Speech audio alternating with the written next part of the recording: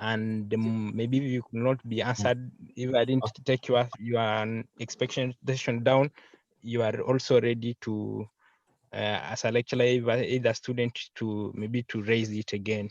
So our first number one expectations, I think some of us are very new to this kind of, I know we have new part-time lecturers. So, and I take this chance also to welcome you to the department as well as the faculty. So, for, as you are aware, the COVID-19 pandemic, now we have the new ways of reaching our students, and we should engage them that way. I think we have that like equal now. We are now equal to other universities, either kama hata kama walikuwa wameanza kitambo, so we are now equal. We have equal chances to also play the same ground, so that we can also give best to our students. So the e-learning is cuts across the country, and most of the universities were not that prepared. I think even the University College were much ahead of most of the universities. So we are very strong in e-learning, and let's use this tool to make sure that we are at the best, and we are on the top ranks in terms of e-learning. So our expectation number one, Kelvin, is about modules preparation. Maybe you have somewhere you can note down. Some of the expectations are written on the public chat, so there's no need to reread them. You can as well respond, so that you don't repeat. So module preparation, that's number one. And number two is about uploading the modules. That's it's almost related to number one. I don't know the way you want to answer, is one by one, or you just write them and then we. Okay. What you can do is what I can do. Let me check here. I'm getting some feedback. Is I'll get one, I answer, then I open the floor for any other questions regarding that question. I go to another module. Another expectation. I answer it. I open the floor for any further questions regarding that up until when you are done. So when you are done with the expectations, we'll have actually covered most parts of the training. That is how we did it yesterday, and I think it's going to work today. I'll do my video a bit later when it starts. Okay, maybe number one, then you can say about that is clear.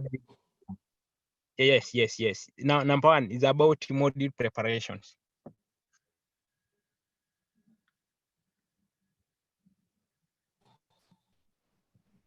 Yes, Kevin. Okay. Hope you can see me now. Let me do something here. Sorry.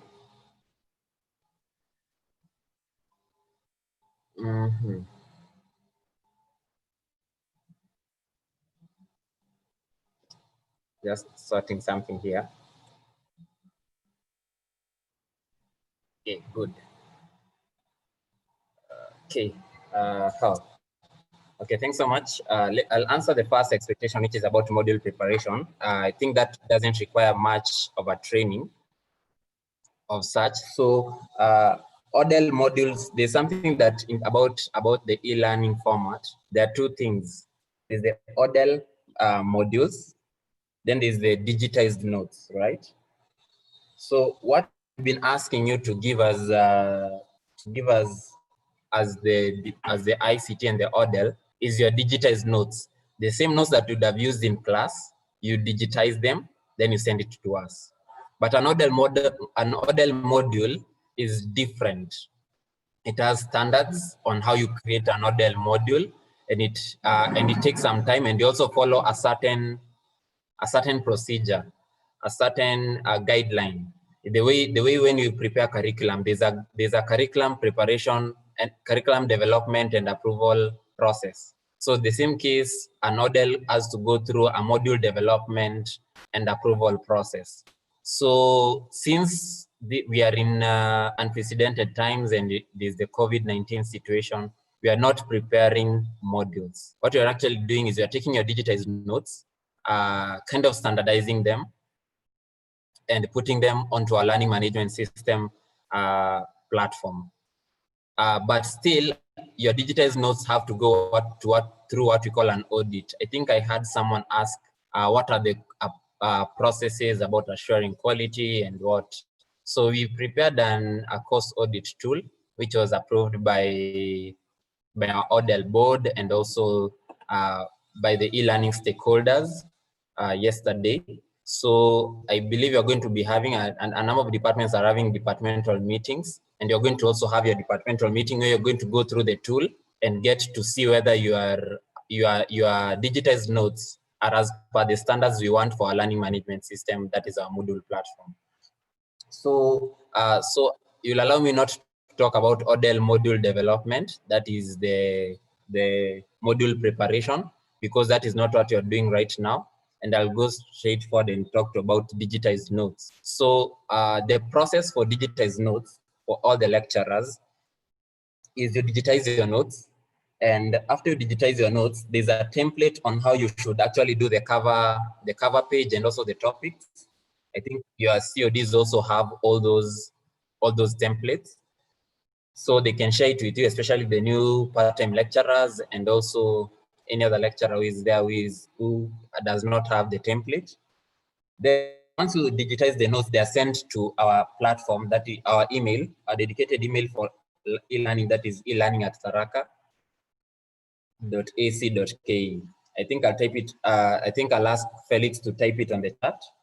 So Felix will be helping me with the chat and also the timekeeping. I think he'll be keeping me on toes on the time I'm taking on each expectation.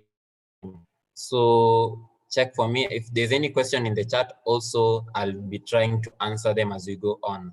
Also, if there were ones that I missed before I joined, I'll also try and handle them. So Felix, you can type the dedicated email on the chat.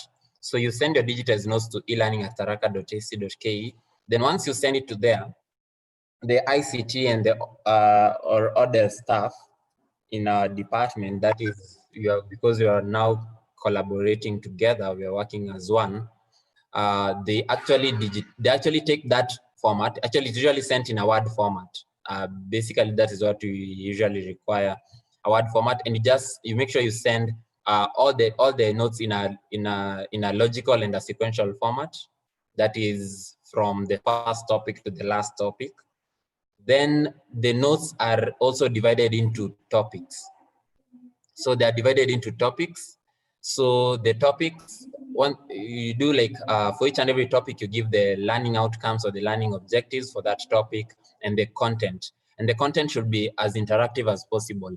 It should make a mix of maybe graphs, pictorials, fact sheets, tables, and such. So once you have that in your digitized notes, the staff take those and actually upload them on your behalf on our learning management system, because we didn't want you to do that for us, so that we can have it in a standard format. Later on, once you go through a comprehensive training on how you do the upload, you'll be able to do the uploads yourself for subsequent courses. But still, as the way we are continuing to develop our ODEL directorate, we are going to be having instructional designers and staff dedicated to ODEL. So there's a very little chance that you're going to be doing the uploads on our platform yourself. The only thing we would have required you is, once you've been trained on how to create modules, you just send us the modules, and our management system is handled by the ICT staff. So that is basically how you prepare. You prepare your notes, you digitize your notes in a sequential format from topic 1. If it is 10 topics according to your course outline and what you need to cover, the core content, and you actually prepare and also provide maybe further reading references and such. You're going to be taken through the course audit tool, which you're going to see the details of how we want our e-learning courses to be. So unless there's any question, I'll open the floor for questions regarding that, only that module, only that expectation to members. Then I think I've answered that. Dixon, maybe you can, or maybe Dean, you can can facilitate the questions. Yeah, just a comment on Yes. what Kevin has Yes, Dean. said. I want to reassure members not to be worried, because what we are doing is the same notes you have been teaching in class. Now, it is not the yellow notes, but it's now the digital notes. You have typed them and in a systematic way. So we are not reinventing the wheel. We are just doing what we have been doing, but to make sure that now these notes can reach our students who are now not physically present. So we are typing what we have, but the only thing you must make sure is that it is typed and it runs in a systematic manner, topic per topic, each topic showing the expected learning outcomes out of that particular topic, probably some further reading. And in this case, even if there are some questions at the end of the topic, you can be able to give, so that the notes are as interactive as possible to the students. So in other words, it's not something very new, and lecturers, you can quickly type those notes and make sure that they are there. But in the process, if you have any challenge, what you have made, if you want even your colleague to be able to reassure you that it's okay, you can be able to share with your colleague in the same area, just to be able to check for you quickly before you send for uploading. Thank you. I have a question. Thanks so much, Dean, for also just summarizing all that. Maybe if there's any person with a question. Yes. I Yes. have a question. Who is it? Maureen, Yes. I was asking, maybe because some are Yes, still Maureen. typing those notes, and like those mathematical courses they are taking time. Now, is it a must that for you to upload on e-learning system, you have to finish the whole course, or you can at least do it topic by topic? Okay, we are trying to avoid a scenario where you are going to have an e-learning course that is not complete. So our ideal scenario is that you could have all the topics. But if it is too technical and because there's a lot of time constraints, you can give a third, then you give a third and another third. But we don't want topic by topic.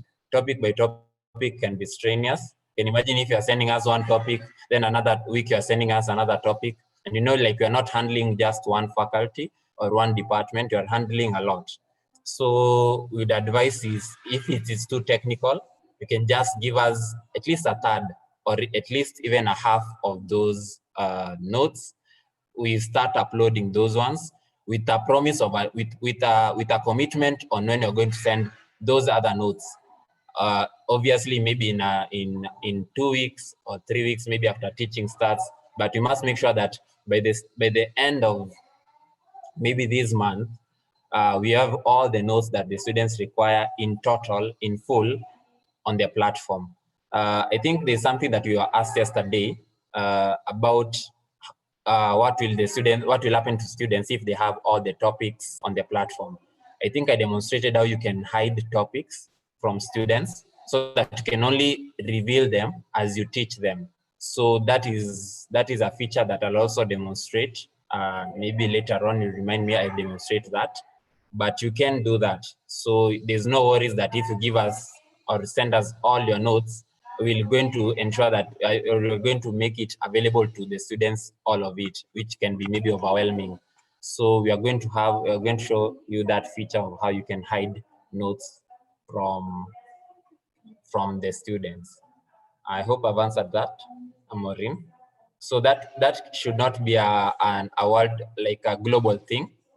It should just be an arrangement between select lecturers. And also we can confirm that whatever you sent us, which is like a third, whether it is too technical or not, because it would be not good to be dishonest and say that it is too technical, and you can see whatever we just prepared is too little to be considered technical.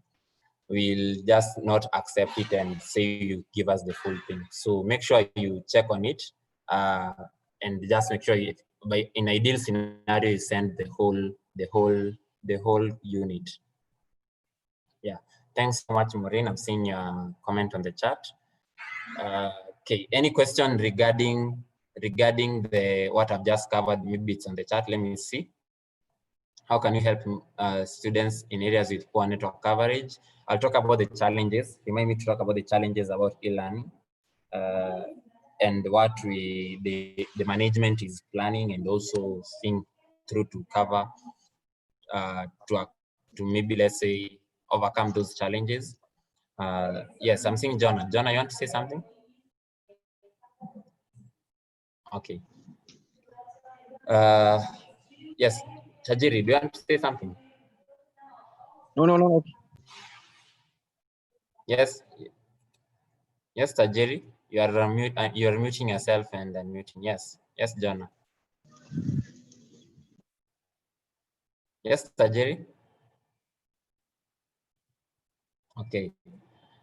Okay. Let me go on.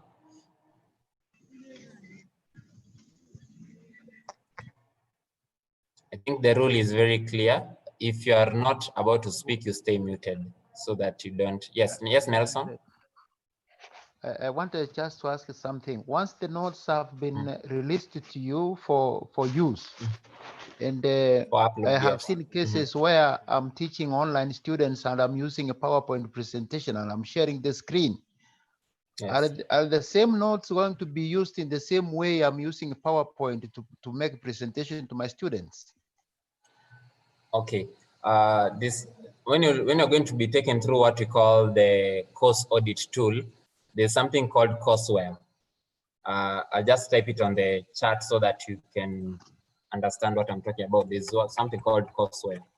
So courseware is basically any other thing that supplements the notes. That is the notes that are there on the platform. Let's say the lab manuals, if it is a practical, some case studies, PowerPoint slides, video presentations, all those form what we call the courseware. So we are not really interested in your courseware that is right now. What we are really interested in is in your digitized notes. So if you decide to prepare PowerPoint slides, you can use them during your presentation. You don't have to send that to us. You're going to just prepare those slides. Then when you're having your Zoom class session, because the links are always going to be provided on our platform, you can actually now use your PowerPoint slides, how you've prepared them. So you don't really require your PowerPoint slides now. But when you get into ODEL modules, you're going to see how you're going to have the modalities and the policies around that. But for the courseware, what you really need is your digitized notes.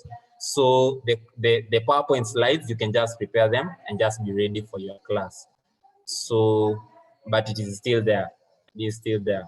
You should show us that you provided those in ready for interaction. But we don't require you to send us your PowerPoint slides, because even if you send it to us, you're not going to upload it somewhere. We can just show you how you can communicate, because you're going to be having official WhatsApp groups for the courses, and then you can send the PowerPoint slides just before the class, or maybe to prepare students for the class so that they can follow, or how they can follow the screen and such. So I hope I've answered you there, Nelson. Very well. Okay, thank you so much. So any other question? Any other question? Yes, John. Yes, John. Yes. Yes. Yes. Yes, man. Okay. It's Dixon. Yes, Dixon. I'm seeing Jaggy also. Cecilia wants to say something. Yes, Dixon. Let John talk, because okay. But the concern, is that a concern. There is somebody who was joined the meeting by my name, so maybe that person should rename. Okay, who is it? I don't know exactly, but I can see myself. I'm using one gadget, and I can see myself several times. Okay, what I can do is I can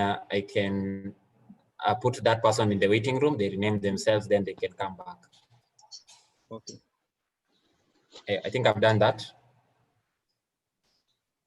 So maybe they can rename themselves so that they can join back. Okay, John? Yeah, maybe a clarification from the chairman. We were even discussing with my colleague yesterday. We don't know the units that we are going to prepare the materials for, whether it is based on the last semester's load or this semester, because up to now we don't know the units that we are teaching. Maybe you can clarify, because I might prepare notes for BCOP 111 and yet it's not offered in this semester, or it's being offered by somebody else. Yeah, I can respond that, Mambo. Your area in accounting, I want Dean and the colonists communicate to them so that you can agree. Or I know some of you have notes already for the last semester, so most likely it's not going to change. So like if there's a unit that you are taking last semester, most likely is the unit that you also take. Maybe the new units you'll be. I think I will communicate after I liaise with the dean and the colonists. So to be clear, at least also, I want also it to be easy for you as possible. Okay, thank you. Okay.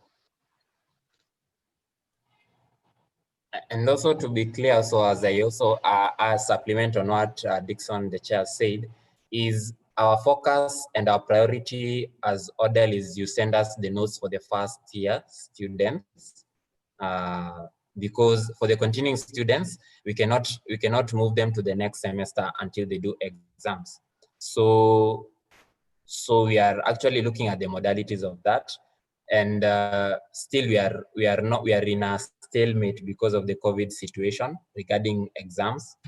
So right now is the focus for the digitized notes is for you to send us the notes for the new students, whether in SSP, whether COSIPs, whether which, you give us the notes so that as they start learning, they have the materials with them. Hope that is clear.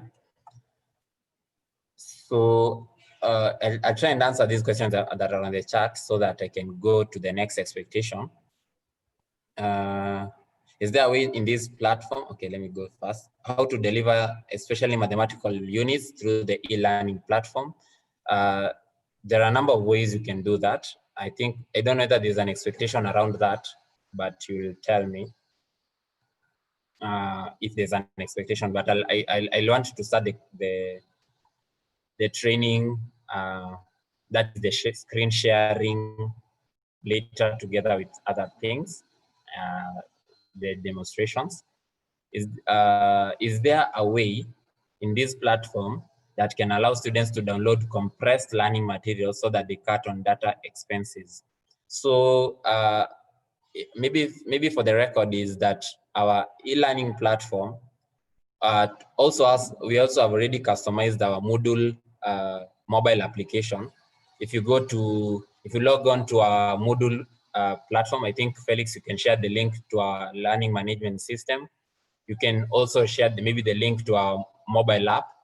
They have actually been customized for mobile use. And also when you're actually uploading notes, you're trying our best to ensure that the notes are mobile friendly. If there's any notes that have been uploaded that are not mobile friendly, you can tell us and we can try and resolve that issue and see that how we can re-upload that. How we can re-upload those notes to ensure that they are mobile friendly. Also, another thing is we have the Kenneth discounted bundles, which they have actually negotiated bundles over 3 networks, that is Safaricom, Airtel, and Telkom. And they actually negotiated the bundles to be discounted up to 33%. That is up to a third of the price. So, for example, a bundle that is worth 1,500 in normal cases under Safaricom is worth now 500. So they give you 500 for 10 GB, and that discounted bundle can cover the e-learning resources. You can use it on Zoom. You can use it for learning management system. You can use it for so many other things. But basically, e-learning resources. You can also use it for your research. You can access journals and all that. But it still restricts you from pleasure resources. Maybe let's say WhatsApp, Instagram, and such. But I think there was WhatsApp, free WhatsApp on it where you can receive text. But I don't think you can basically watch statuses on it. there's that bundle, which is really, really good. I've used it for the past month, and I've been using it from my teaching and training, and it is very, very good. But you can try and use it also yourself. So you can register.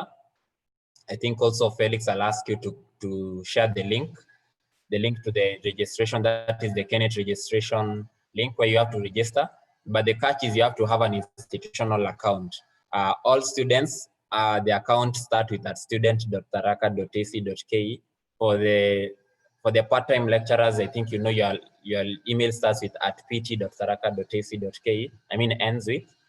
And for the full-time staff, it is at tharaka.ac.ke. So you can't register for the bundles if you don't have an official email, because they need that official email to authenticate that you are a bona fide student or an authenticated part-time faculty or a full-time faculty in Tharaka University College and the member institutions that they are actually supporting. So I think I've answered that. How can we, okay. Is there a way how calculations shall be done online, like financial accounting, quantitative managements, among others? So online learning does not mean that you put away your pen and paper. Doesn't mean that. You can learn. Materials can be prepared beforehand. You can be taken through a demonstration session. And also we are going to be having, we are actually setting up our e-learning studio, and that is our learning resource center. And we are going to be having lecturers come into the university and do live demonstrations, live practical video demonstrations for the practicals, and all those that require the technical subjects. You're going to be teaching them also on our smart board, and all that is going to be catered for the students. For the student, the only thing is you can put your device there, and beside you, you put your book. I think I can confirm, you can see even for my case, maybe it's because of my virtual background, I can just stop it a bit, just to show you something. Okay.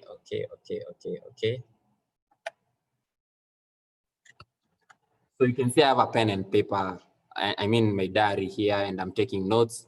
And also, as I do that, I'm also doing the teaching. So that is how you learn. That is how you learn online. It doesn't mean that you just watch it like a video, like a movie.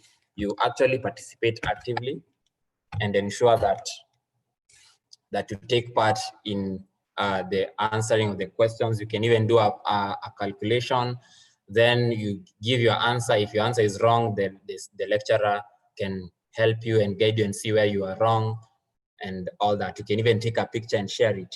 For example, like let's say I can do just a file. I can click, I can see somewhere written file. I can just click a file on the chat and just send a picture. I think I can send maybe, let's say, just a demo picture just to show you how it would work. So for example, I can share that picture. So I think, do you see that I've shared a picture on the chat? So if I've done a question and maybe I want the lecturer to look at it, I can just share it on the chat and the lecturer can see the picture and maybe can tell me whether I'm right or wrong and all that. So that is the benefit of actually having it in that format. And the other thing you'll also note is that in the situation that you are in, even if we are actually told to reopen schools tomorrow or next week, it doesn't mean that online learning is now going to be switched off like a switch. No, there's going to be blended learning. So blended, that means is if you don't have enough resources, because remember there's going to be social distancing in the classes, there are bigger classes, you're still going to be using this platform to be offering blended learning. So it doesn't mean that we are just doing online learning for the purposes of the COVID situation, and when the COVID situation ends, we are going to do away with it. It is something that is here with us to stay. And you can imagine if you are moving to levels where you are teaching students from France, Germany, Spain, Australia, China, all of them are in your class and they are paying fees and you're teaching them. how good would that be if you're, and that can only be possible if you're doing online learning and online teaching. So you can think of it in that manner as we go on. So I'll try and answer, maybe there's another question, then I go to the next expectation. Expecting a mock class soon where one will upload notes, invite us, we have a one-on-one experience. So you expect a mock class. So we'll have a mock class, we can have a mock class with you and we can have that. But also in this training, I'm going to show you how the platform works. I'm also concerned, we have a number of lecturers, I think we created institutional accounts for them, but they are not making use of the institutional accounts. So even the students. So make sure you use the institutional account, especially on a daily basis. It's like a normal Gmail account, but it is special because it is an institutional account. Our mailing system is being handled by Google, so it is just the same way. So there's no way you can say you prefer Gmail over at tharaka.ac.ke account, because they're offering, even our account is offering much more features than your normal Gmail account. But I'll not get into the specifics of that because I'm not a marketing strategist or a marketer for Google products, but we are here for e-learning. So maybe somebody, if there's any other question regarding that expectation, you can tell me. If there is none, I can go to the next. Expectation. Any question? Any question? Yes, Kevin? Yeah. Yes, Can you Cecilia. hear me? Yes, I can hear you, asking Cecilia. if I've already dispatched my notes to your team for uploading the system, can I add extra material later? Yes, you can. I'll demonstrate that. Okay. I don't know whether, I wasn't there as part of the expectation setting. So I don't know whether that is also in another expectation, because I wouldn't want to start demonstrating things in an haphazard manner to go logically. So if there's at one point in time when I'm demonstrating and you wanted that, kindly remind me to show you that, Cecilia, kindly. Oh, okay. And Thank you so much. Okay. Yeah, Kevin. because I want to, when I start demonstrating, I go logically. Yes, Dixon. Yes, we can go to next, but I think you had answered that by Maureen. Maureen asked the same question. Okay. Yes, you can tell me the next expectation. Next expectation. I think you've answered the how to deliver actual teaching online. You've answered that. The difference between online teaching and actual teaching. Now the manual way. I think also that one is answered. That one is answered. But maybe we can just shed add something on that. Yeah, is okay. Okay. There's online learning, there's distance education, there's open education, there's remote teaching, and there's remote learning, then there's online learning, then there's online teaching. I hope you've gotten that. There's open education, distance education, there's online learning, online teaching, remote learning, and remote teaching. Although remote learning and online learning and online teaching falls within remote teaching and remote learning. So in our learning remotely, you can be using any kind of technology. I can decide to call Dixon for 1 hour and he can teach me something regarding how to write a business plan or how to do a balance sheet. And once he's telling me on phone, I'm learning remotely, but I'm not learning online, right?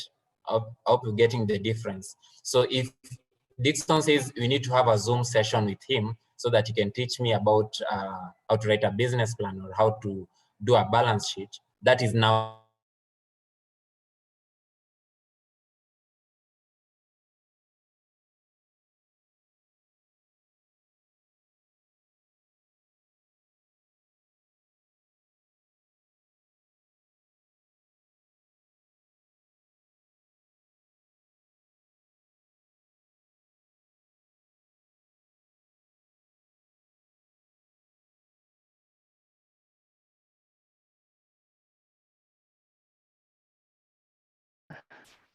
Hello, we can't hear you. Hello.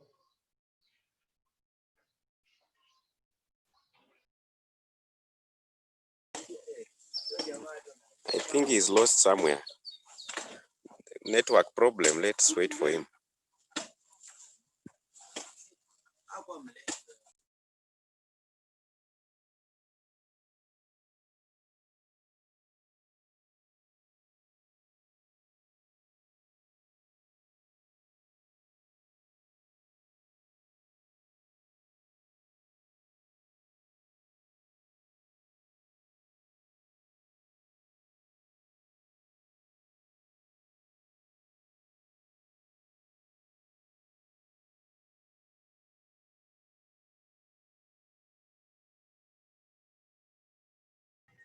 Sorry, I lost my connection. Am I back?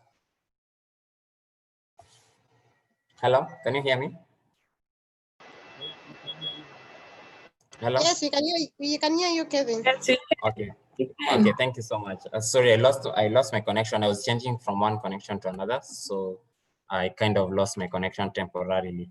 So yes, so that is, I was just giving you the difference between the different kind of remote kinds of teaching and learning. So right now, the focus is online learning and online teaching.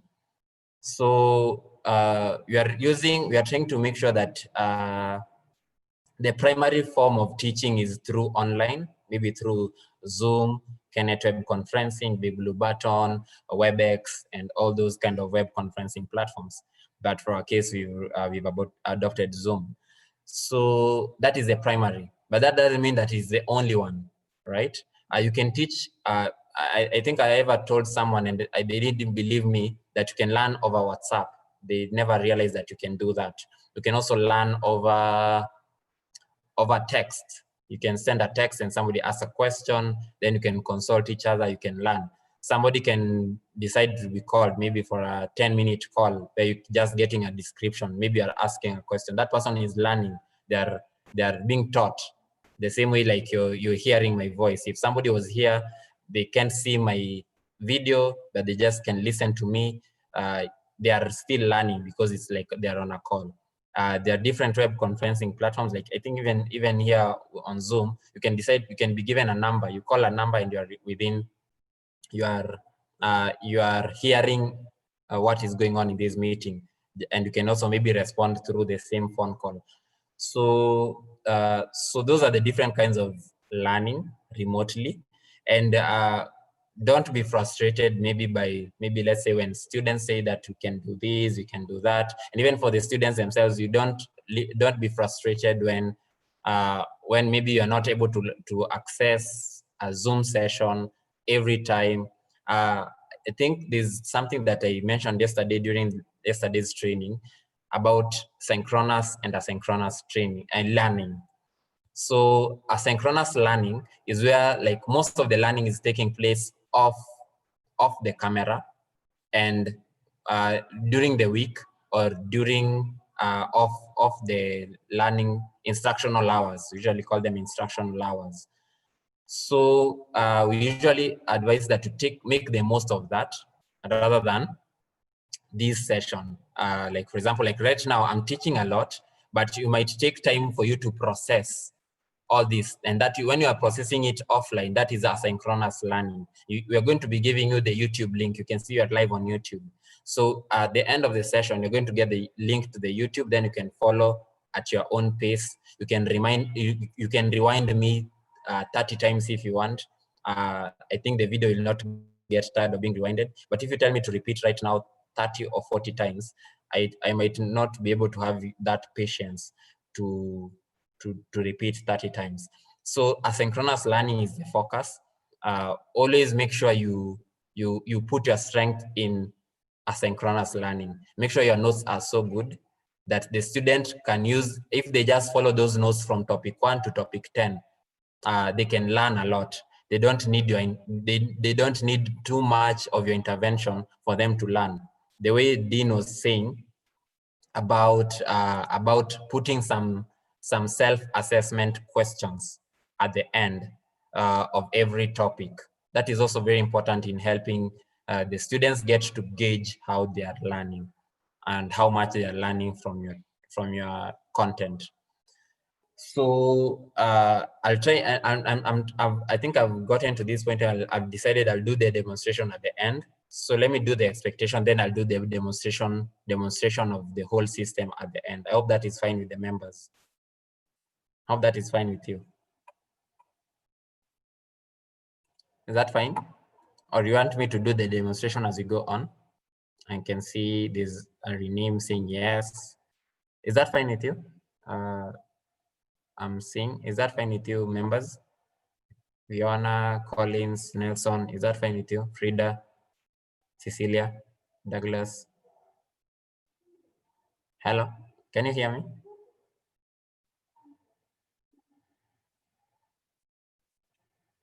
Okay, thank you. I'm seeing. Okay, thank you so much. Okay, that's okay. I'm seeing on the chat. That's fine.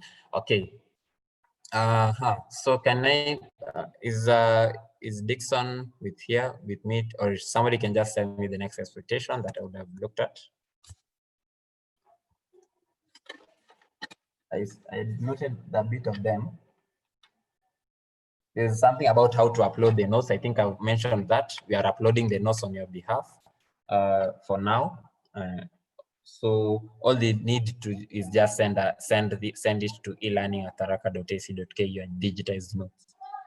How to teach in Zoom.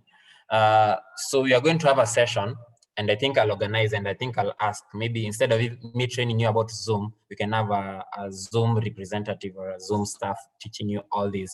But still, you can actually access live trainings on Zoom by just going on their website, live trainings. I can just Google Zoom live trainings, live training webinars.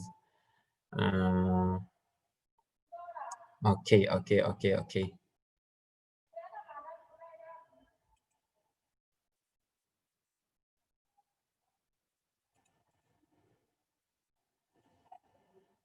So just going to that link.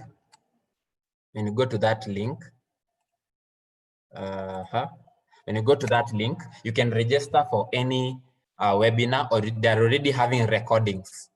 Let me just share my screen and show you that so that you can see. Share. I can share my screen. Okay.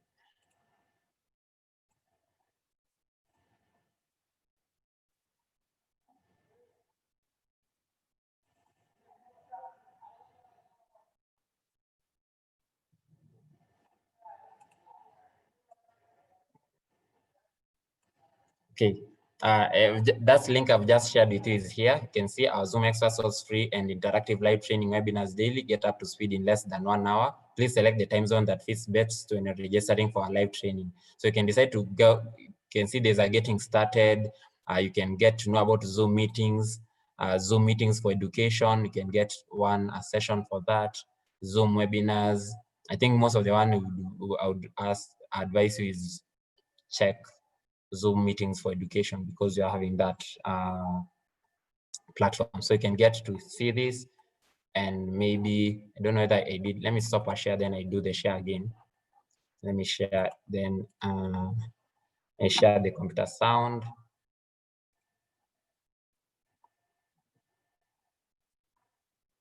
So you can see.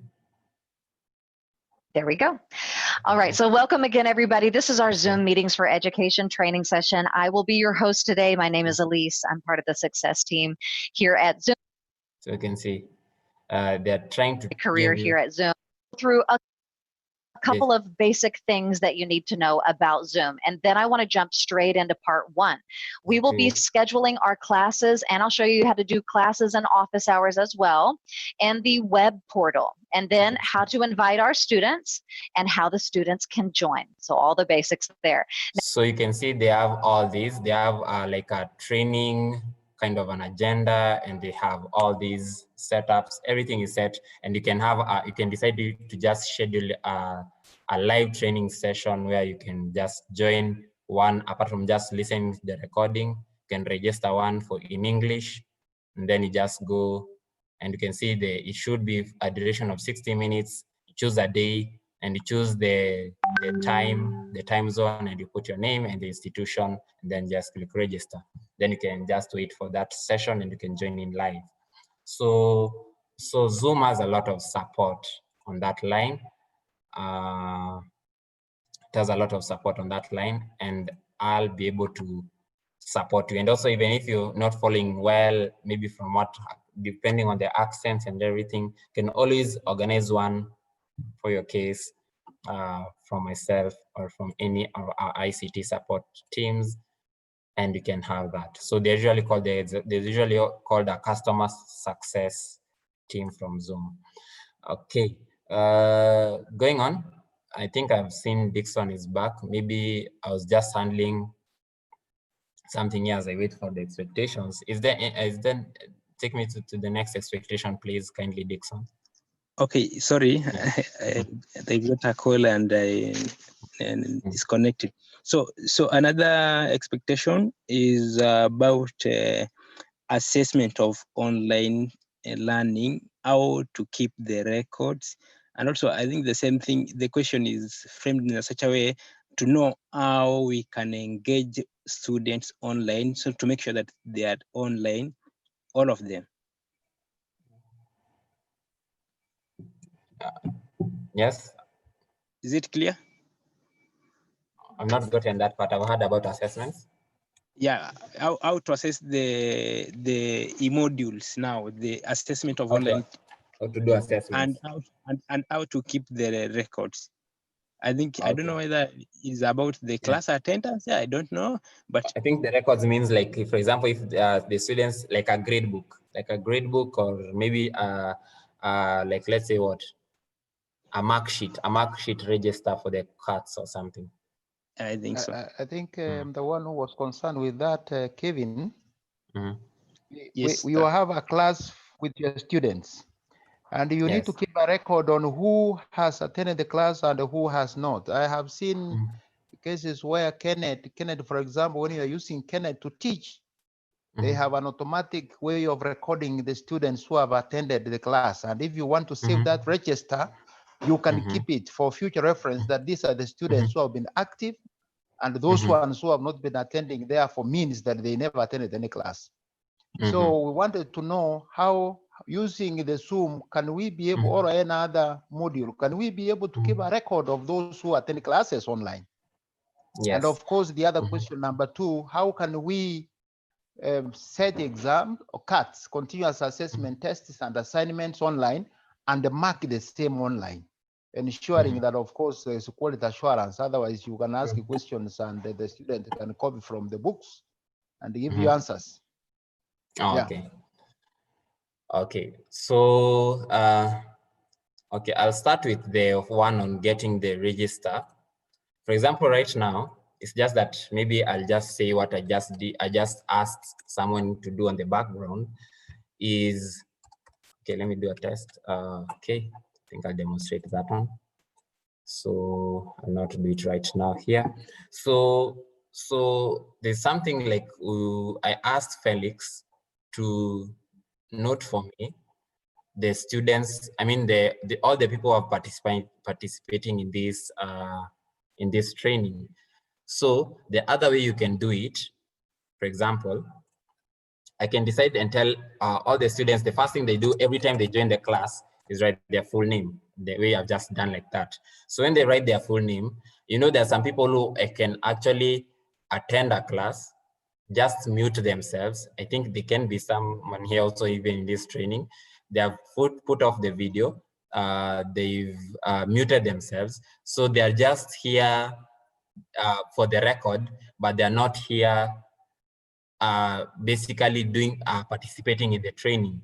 So how do you deal with that? So for example, I can decide to take a register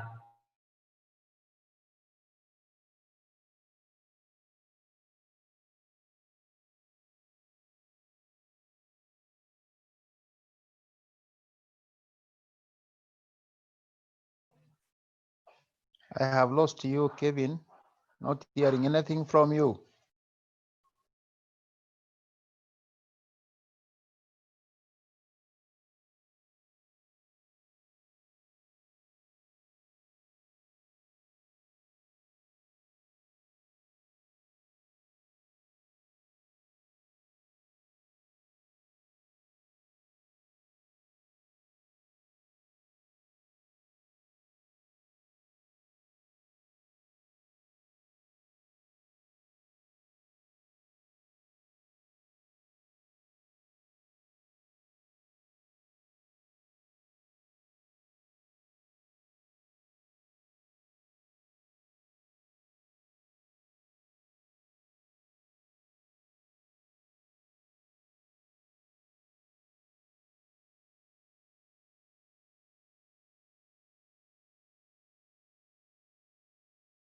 Can you hear me now? Can you hear me now? Yes, Can you hear me now? Yes. Okay, sorry. Okay, my Zoom just restarted. Maybe it's something on my laptop that is causing that. So my Zoom restarted. So, but it's okay. So as I was saying, maybe you can continue asking me on that. Is I can ask you to save to write your names on the chat. So what happens automatically if you're the host of the meeting? Once you end the meeting, you usually get an automatic recording of what was shared in the chat. For example, let me see whether I have one on my documents. Then I share. I don't want to share maybe chats that were private. So I'll check on the many meetings I've ever had and see one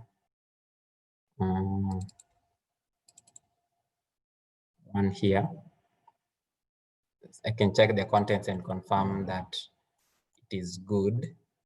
So I'm just checking something here. Okay. I'm just having here.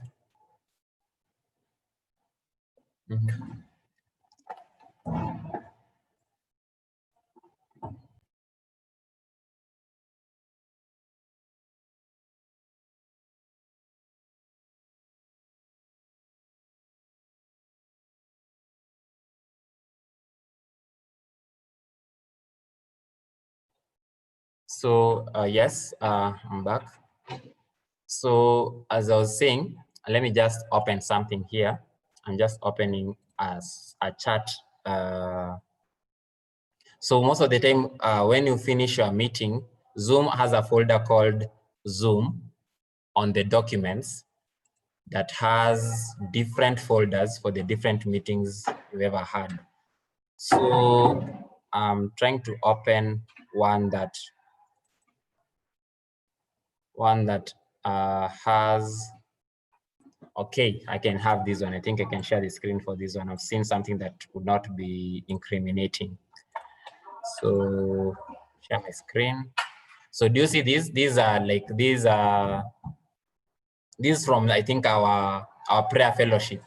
You can see it was a document in my folder, Tharaka University College, prayers on July 9th. And you can see, I can see everyone who said amen. And I can see those maybe who are chatting privately, I can see that. So this one can act as your register and you can use it and export it anywhere else. So if I had saved locally, I'll be able to see this is the video and this is the audio version and this is the chat that was shared on that time. So this is that, and those are the many things that are there. You can use that to save. I would ask you to use a strategy because the other thing that I would want you to show you, let me just do polls, add a question. I don't know whether you can see this. So I just want to create a question. Can confirm whether you're seeing my screen. Are you seeing my screen? Yes. Yes, you can see your screen. So you can see I'm trying to create a poll, and this, as much as it's called a poll, it's just a question. So this is just, let me call it a pop-up question. Then I say e-learning is a form of remote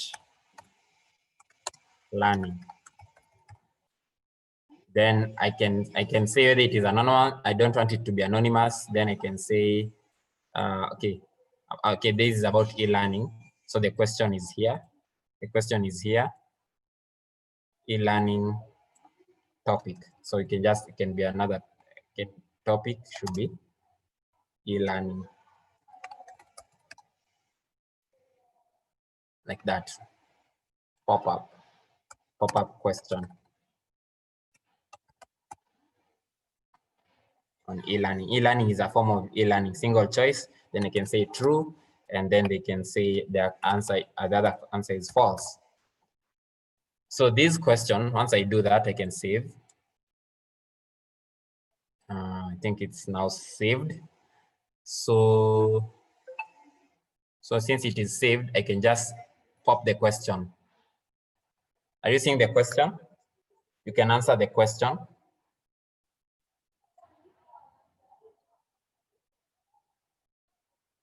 So I can see right now 3 people have answered the question for, kindly let's confirm, and I can check. I can confirm from the 24 participants. I'll know who are participating, and I can know who is in the class and who is not here.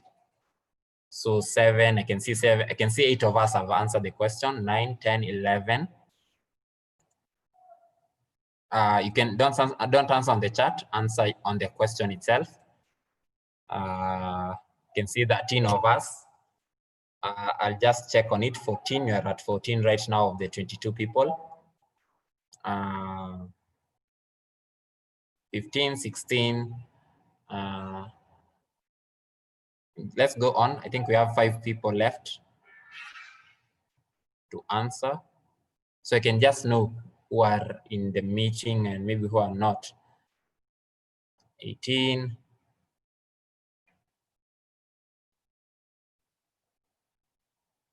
Okay, let's go on. Okay, I think I can leave it at that. I can leave it at 18 people. If you haven't answered, I end the polling. So you've gotten the question. But yes? The host cannot answer. Oh, okay, host cannot answer the question. So it might be, we can get to 23. But I think we are 24. And I can see this, the thing is telling me, I mean, the answers are telling me 18 of 23. So it means that it doesn't count the host. Maybe it's because, maybe if you're the co-host, you can see 19 of us have answered. Okay, let me just end it at 19. So I can end it at 19. I can share the results. Are you seeing the results? So you can see 16 people said yes, and 3 people said false. So you can see that I can be able to check, maybe let's say I can confirm maybe who said yes and who said no. I don't know whether, is it showing you who said it or who did not? Maybe I can see whether I'm seeing it here. Let me see whether I can see it here.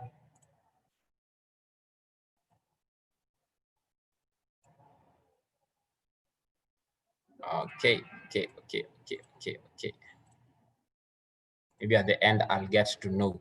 But yes, you can, and I can see, I think maybe the polls you're still sharing, I can stop the share of the results and I can check. I can check on that. So I'll just check on the question. Maybe later I can maybe check it at the end, and I can even see, maybe for the registration, I can even see, I can see 36 people registered for this training, and I can be able to see all of them here with me.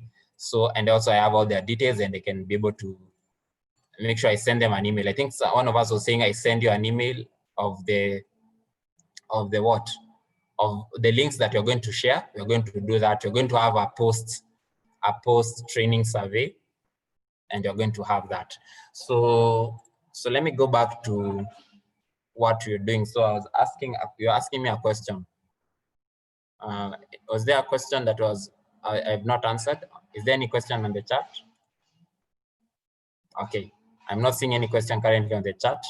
Anything regarding that? Can I go to the next expectation as we try to? So I have a question, Kevin. Yes. So from what you have demonstrated, is that how we can keep the register for the students? Yes, you can use that to keep a register, but the best strategy is, for example, right now I can tell you, I can just type on the chat instead of even saying it verbally. I can say can. I'm not saying it verbally.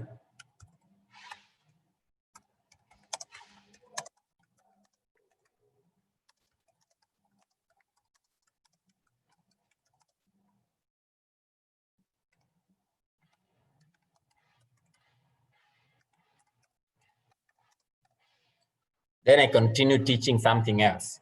So this is at the middle of the training. So if somebody is actively on Zoom and they haven't minimized the Zoom and they're doing something else, I can be able to, once I see the answers on it, maybe let's say once somebody is giving the answer.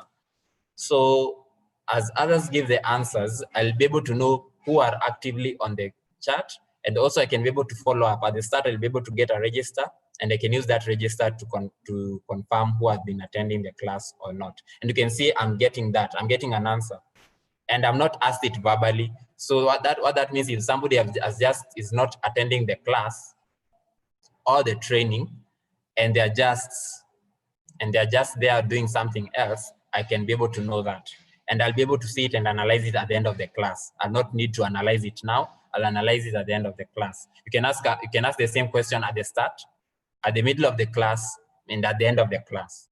So you can use that, and then you keep it as a register, and also be able to use it to prepare what we call an absenteeism register or an attendance register. And it will suffice, it will count, because it is something that you're going to be having. Also, we can have that also on the portal. You can also be combining it on the portal. So I think that I wanted to do the demonstrations at the end. So is there anything that I was supposed to talk about before I do the demonstration?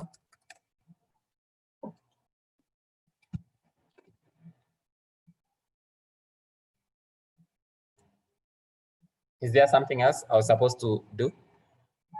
Yes, you were to, Kevin. Yes, Nelson. You were to show us how can one set a card and administer that card online. Okay, yeah, that one I'll demonstrate. So I didn't want to start the demonstrations if I haven't answered anything that is supposed to be answered verbally. Is there anything that I can answer verbally before I demonstrate?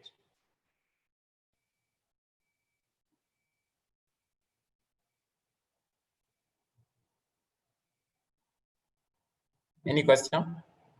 So I think the silence means I do the demonstrations, right? Can I do the demonstrations? You can answer the chat on the chat.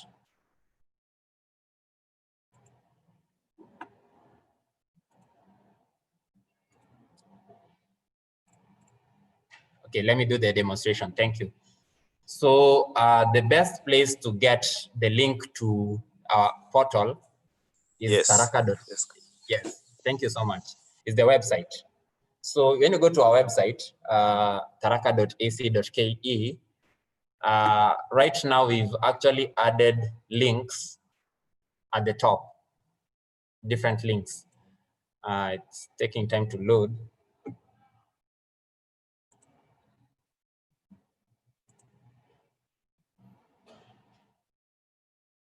Okay, it's loading.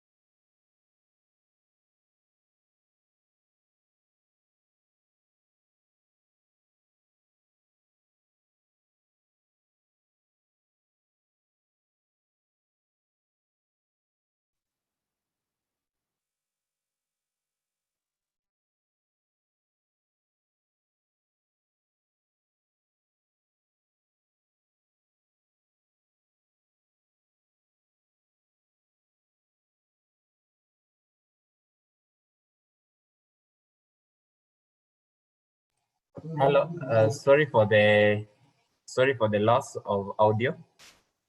So can you see now my web browser where you can see the website? Are you seeing the website? Can you confirm verbally or on chat? Yes. Thank you so much. Thanks so much, Dean. So you can see at the top here, we've added a number of links. You're not going to see something like this because it's just because I developed the site. So, so you're going to see these links. So the one that you're going to click on is the e-learning portal, which you're going to see this. So once you come here, you're not going to enter any username and password, right? You're going to log in using your account on Google. I'll demonstrate using a private window.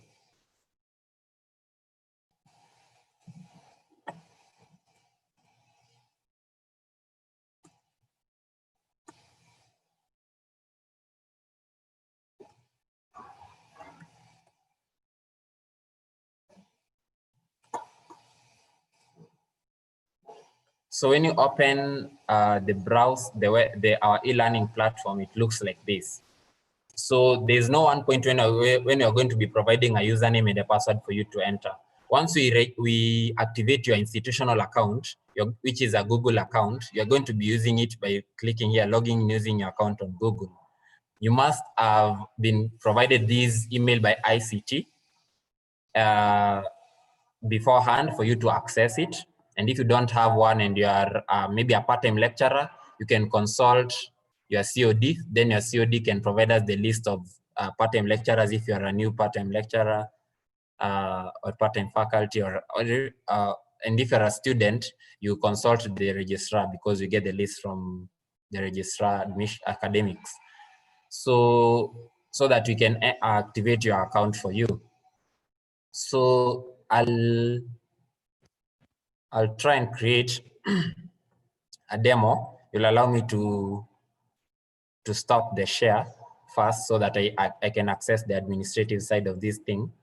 Then I create a demo account under our platform so that we can use that demo account. I created another one yesterday, so I'll create another one today because the one that I used yesterday has already been activated.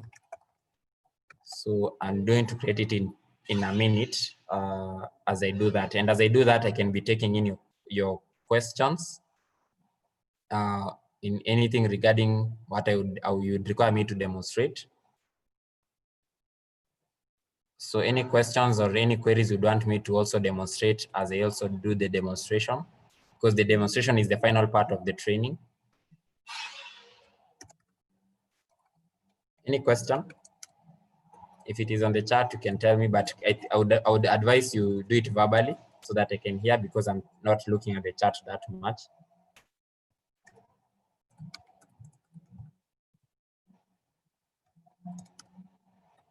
Any question?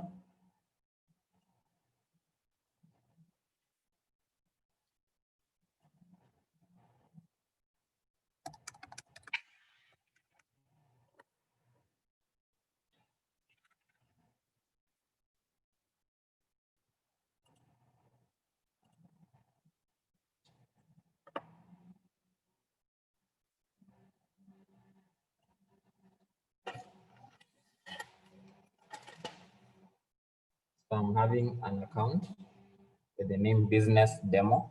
I'm using it under the surface of a full-time lecturer, and I'm going to have a student business at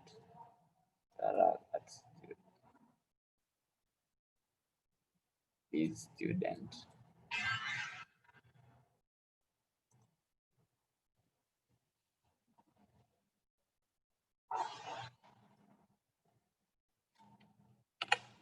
Okay.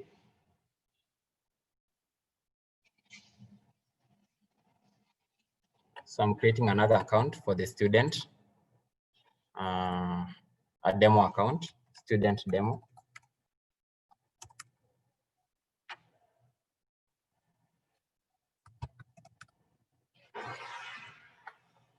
Then it is at student.tharaka.ac.ke. Student.demo2. .demo2. Okay.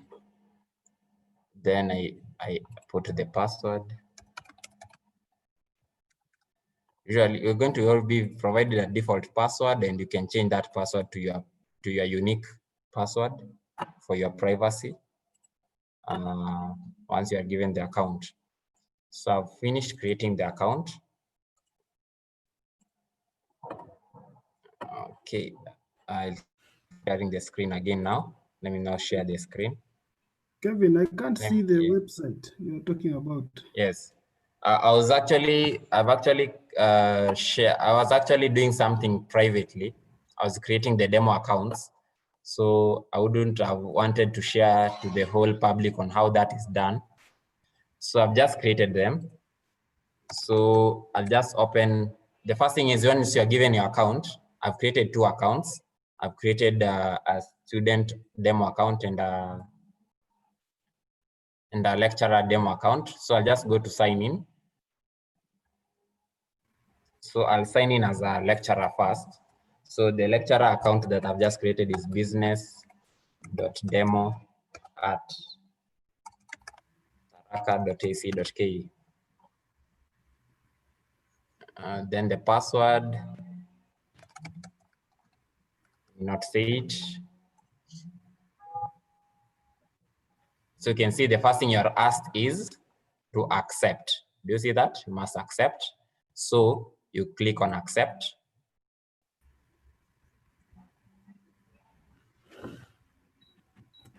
Then you're taken to your new account. Your new account by default is a Gmail account, and you're going to get usually these 2 emails, and I think a notification from this side about Google Meet. I just say got it. So these I hope you are seeing my screen, Nelson, now.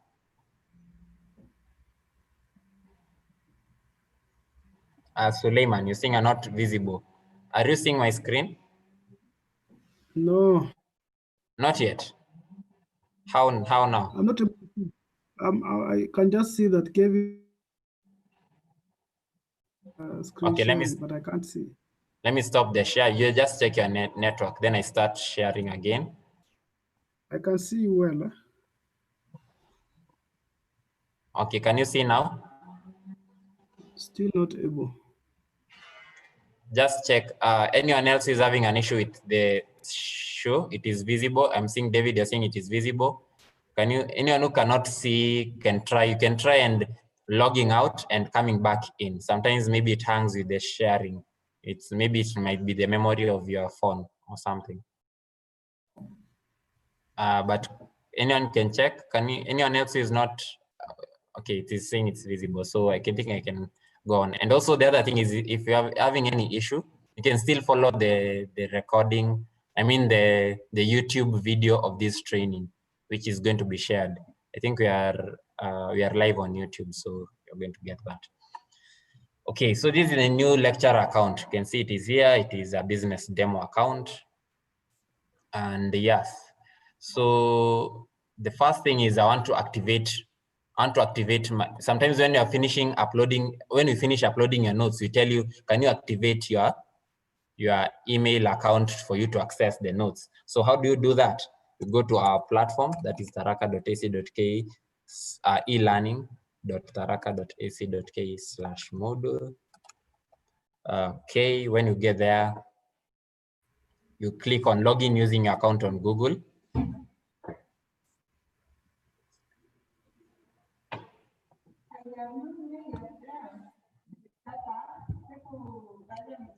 Hey, Kevin. Hello.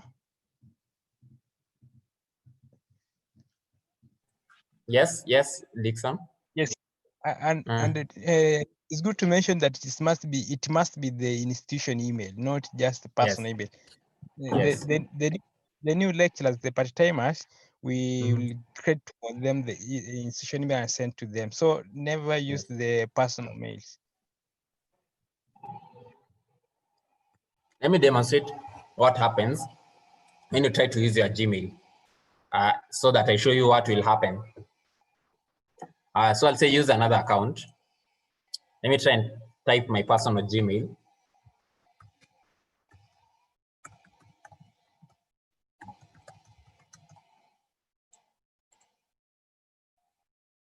Okay, let me just put my password. Do I remember my password? I don't really put it a lot.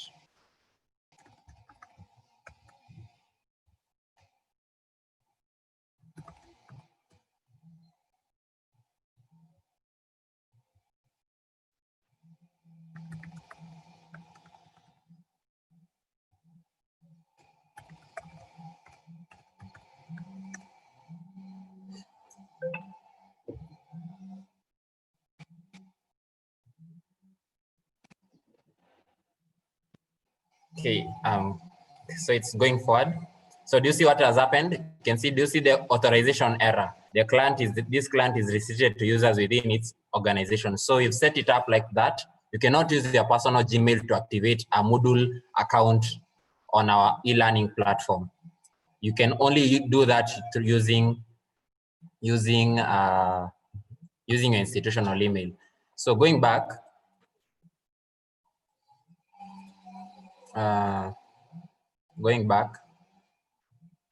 so you can never access our LMS and the resources within our platform using your Gmail account.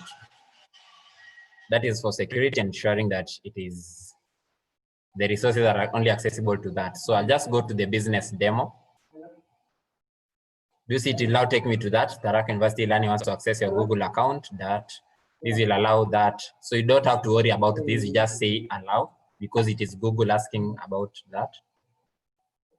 Then you can see you're going to get this confirm your account. An email should have been sent to your address business.demo@Tharaka. It contains easy instructions to complete your registration. If you continue to have difficulty, contact the site administrator. So to contact us, you can contact us. We're going to have a dedicated phone for that, but this is the university phone number. But the busiest way you can reach us is through our email, that is elearning@tharaka.ac.ke. You can download our custom mobile app from here. You can see the link is there, and you can just use your mobile app, the Moodle mobile app from there. So let us go back to the email. We just drag this here. Okay, so let's go to the email. So do you see another a third email has come? That is the first email from the e-learning. Can you confirm that you have seen that? Kindly confirm. I'm not looking at, don't send on the chat, kindly share. Basically on the, I would prefer a verbal reply. Can you see that? Yes, yes, we can see. Thank you so much, Nelson. Thanks, Maureen. Yes. Thanks so much. Thanks so much, Viona. Thanks so much. Okay, so when you go to this, we've actually, because you're going to be sending a lot of emails using our no reply at Tharaka, because you should not reply to it. Do not reply to this email. It can be taken to spam filters. So we actually make sure we set that it's not a spam. So you're going to get this message. A new account has been requested at Tharaka University College e-learning using email address. To confirm your account, please use this web address, that. So just click on the link.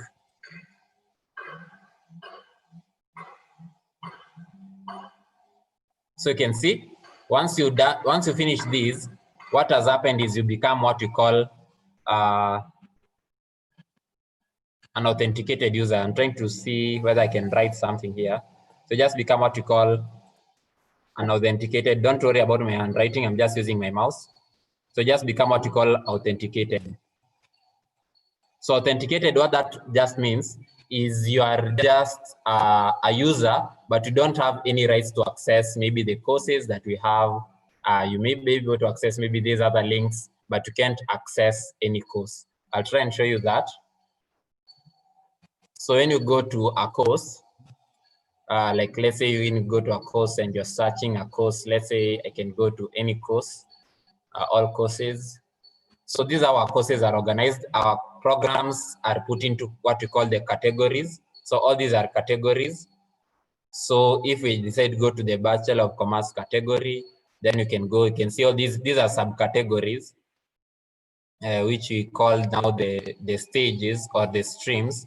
So if I go to year 1, semester 1, I can be able to see these are the units for year 1, semester 1. I don't know whether there are all of them here, but I think common courses, we don't put them inside the course.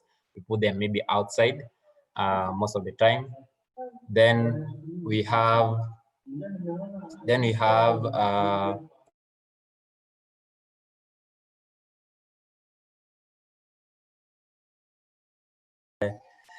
so then we'll have when you go to access maybe introduction to business, you can see you're going to get this message. You cannot enroll yourself to this course. The reason for that is you're also going to ensure that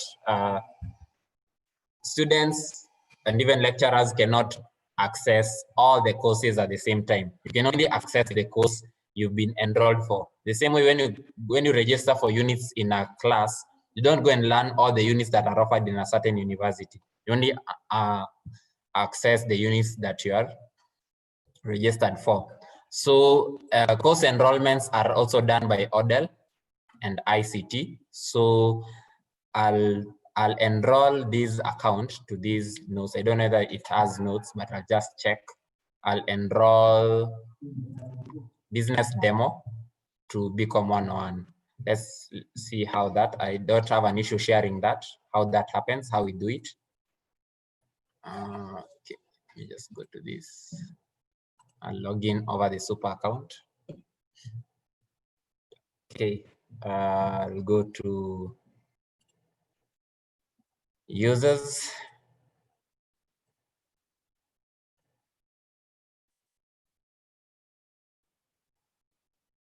Okay. Okay, I'll just go to the course. I'll just confirm, but I'll first confirm is business demo confirmed. This you can see business demo. It has been there for 3 minutes and 1 second since it was activated. So I can go to that course. I can just do a course search of BCom 101. BCom 101. So I can see it is here. I go to it. You can see I can access it because I'm on the super user account. I can see these are the topics that have already been prepared on this course. I can see there's the Zoom link. We already scheduled the classes on Zoom for you. So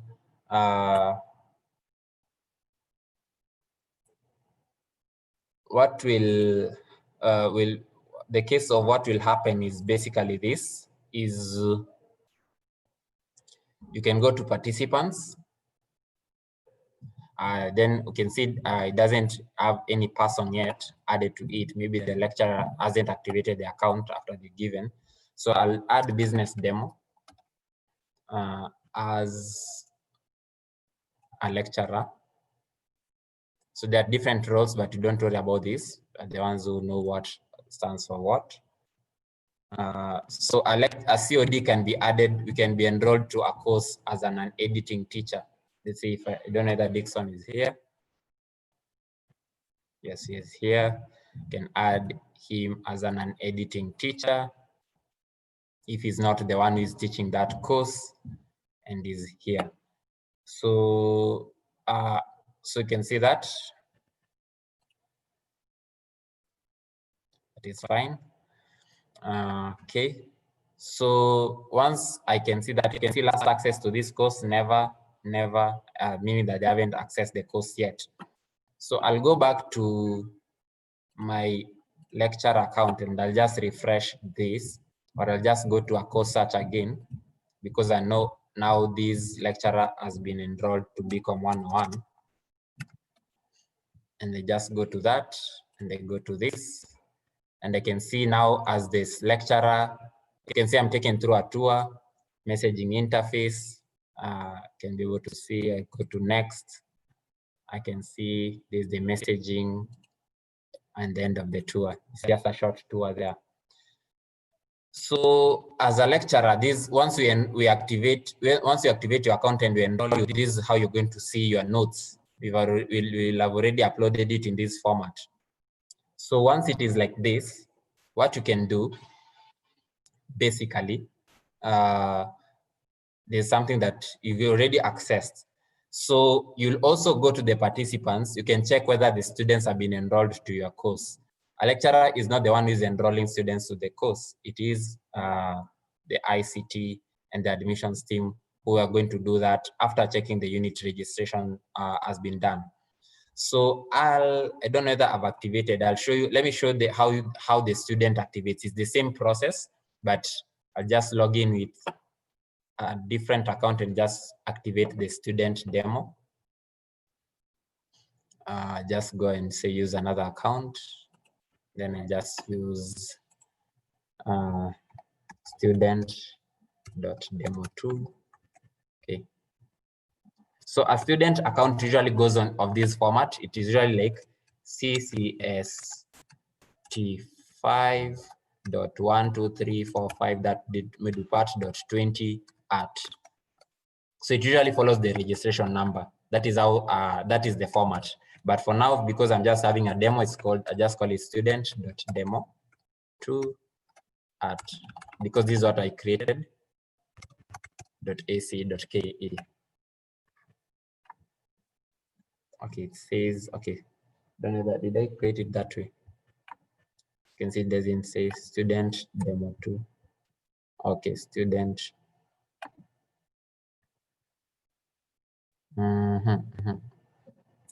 Okay. Allow me to stop the share and just check the account, how it's called. Let me just check it privately.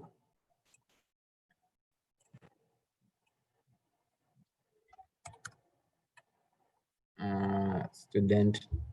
Okay. I've checked I've known where the problem was. Sorry about that. Let me share the screen again.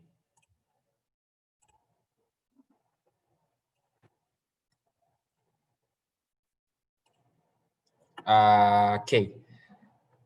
Who can tell me where the problem is? Who knows where the problem is? Anyone? Anyone who knows where I'm making a mistake? Anyone?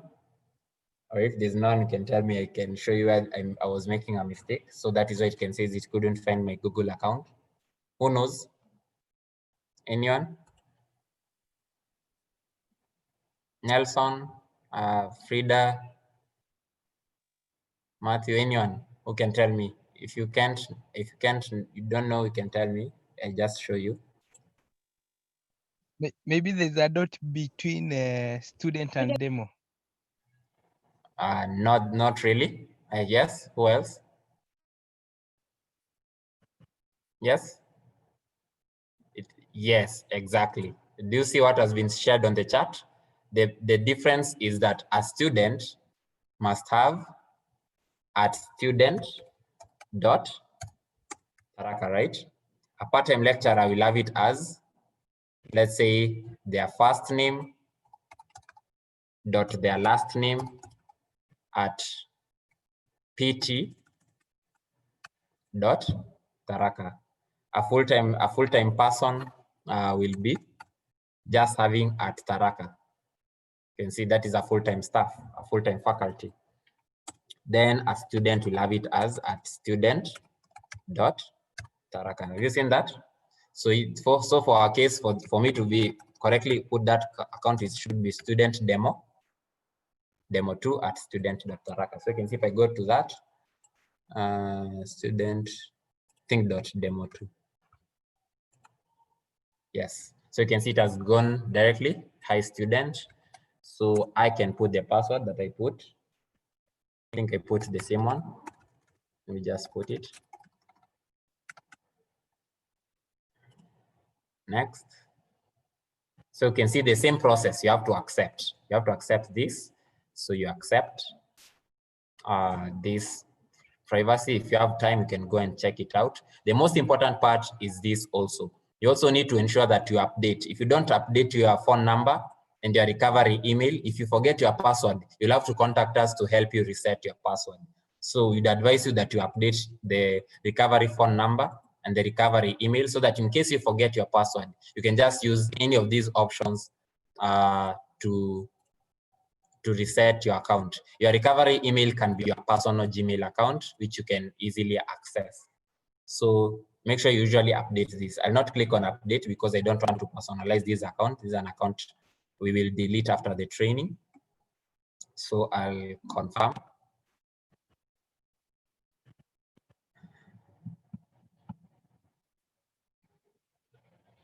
So once I confirm, you can see it just follows the same way. It's just the same. It has 2 default emails that you are usually going to get. And it's very important to add this institutional account to your phone. It makes it easy for you to, if an email comes in, you just get it the way you get a WhatsApp notification. If you need details on how to do that, the ICT is ready to provide that, and you're still going to also provide it on a dedicated e-learning site. Okay. So I've already logged in. So the first thing is usually you log in first. Don't try to activate your account if you haven't logged in first. So once you log in, I'll go back to my account. Right now I'll log out. Then I'll just log in using my account on Google. Then I'll just use the demo account. So you can see it's very easy. It will ask the same question. You will actually have to click allow. Then you can see you'll say an email should have been sent to that. It contains these instructions. So let us confirm. Do you see that? An email has come in. So then I just activate my account by clicking on that link. So you must make sure you check on this email. If you can't find this email, just contact ICT. They'll resend this email again. Then it will come again. So you'll get that. So you can see, thanks, student demo 2. Your registration has been confirmed.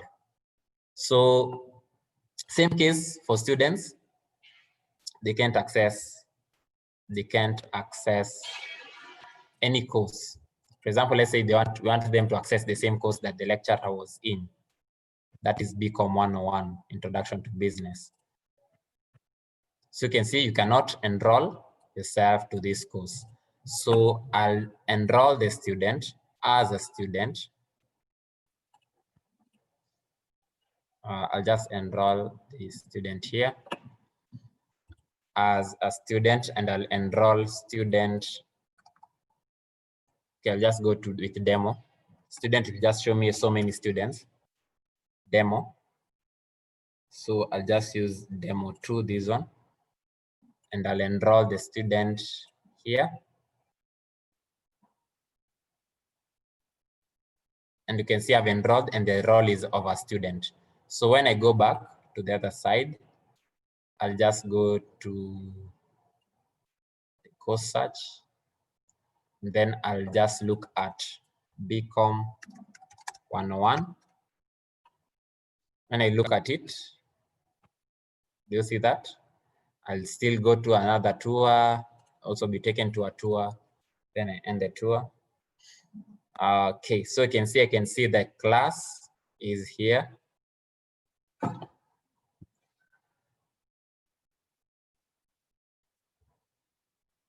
So as the student, I can be able to see all the topics. So in a real scenario, is we don't want the students, in an ideal production scenario, we don't want the students to see all these topics. I think someone was asking about that also, I think yesterday and today. So how do I ensure that the student can only see the first topic or how I want it? So as a lecturer, let me log out and log in as a lecturer. I'll log in using your account on Google, and I'll just go to business demo, which is the lecturer account.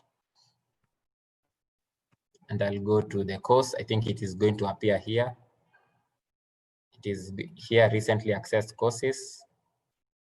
So I'll just go and turn editing on. It usually appears here. So let me just send this to this other side. You can just use these. So it's usually here.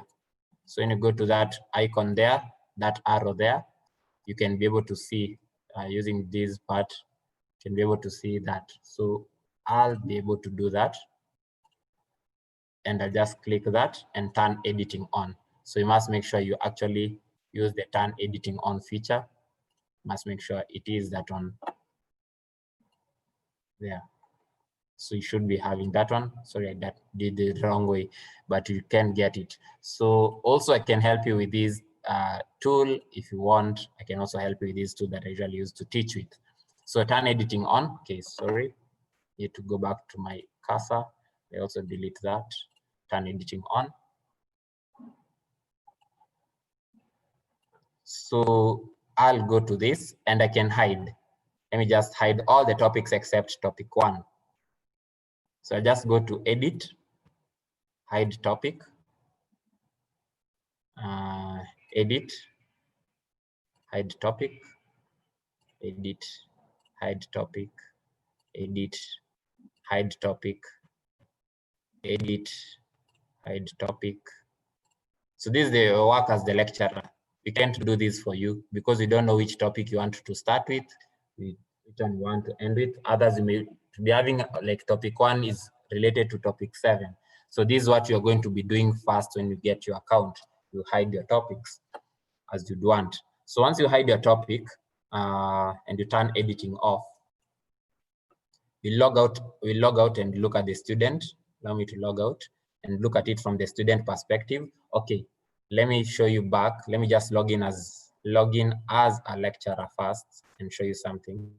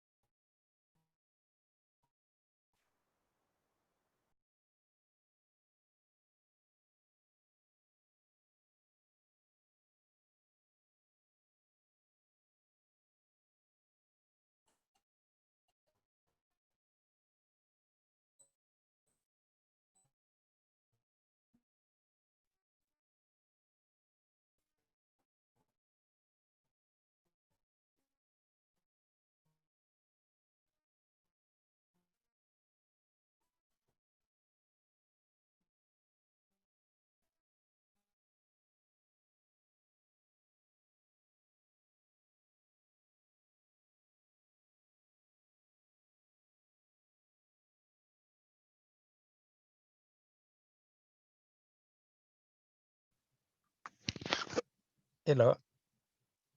Are we still there?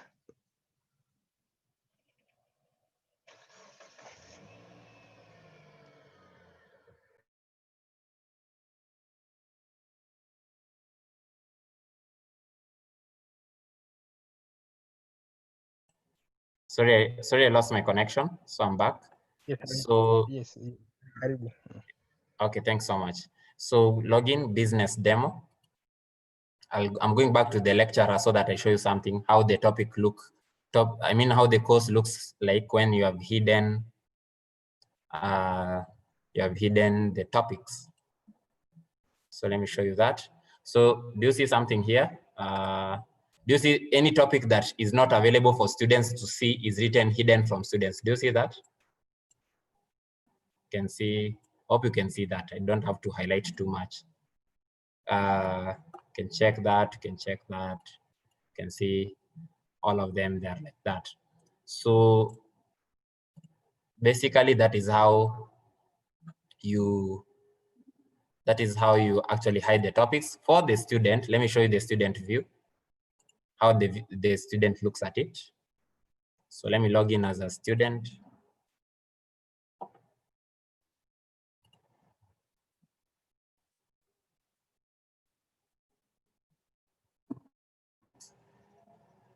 Okay. And you can see, okay, it doesn't appear that enticing, but it's fine. So you can see topic 2, forms of business, is not available. Topic 3 is not available. Topic 4 is not available. Topic 5 is not available. Topic 6, topic 7, topic 8. But they can at least know that there's no harm in them knowing the topic which is not available. So that is how the student looks at it. Once it is made available, let's say I can go back and enable let me just use, instead of using, let me just use this account, my super account, and just enable, let me enable this topic on behalf of that lecturer. But we don't do that so I'll just go, okay, I need to just go to the topic, to the course first. I turn editing on, then I go to this topic 2, I edit and I show the topic. And I think I can even make it available, but I can just hide, I can hide the page. I think this one looks much better if I hide the page rather than hiding the topic. So I can show the topic, but I hide the page. Let's see how that goes. Turn editing off. Let's look at how that goes. So the topic is here. But you can see if I go to that topic, I can't see anything. I can't see what it is all about. The content is not available. So that is the best practice. Instead of hiding the topic itself, which makes it look not that nice, I can see if I go to topic 3, I can see the content. I can see the content to it. So once I enable, let me enable the one of the topics. Turn editing on. Let me enable one of the, I enable the content for that topic. So let me say for topic 2, I think you can see it is hidden from students. So I can just show that topic. So as I've said, you'll not be hiding the topics, but you're going to be hiding the content of that topic. So I'll show the topic, but you can decide even if you hide the topic, it's fine. But it works much better if you hide the content. Looks much better if you hide the content. So you can hide that. You can hide that. You can hide that.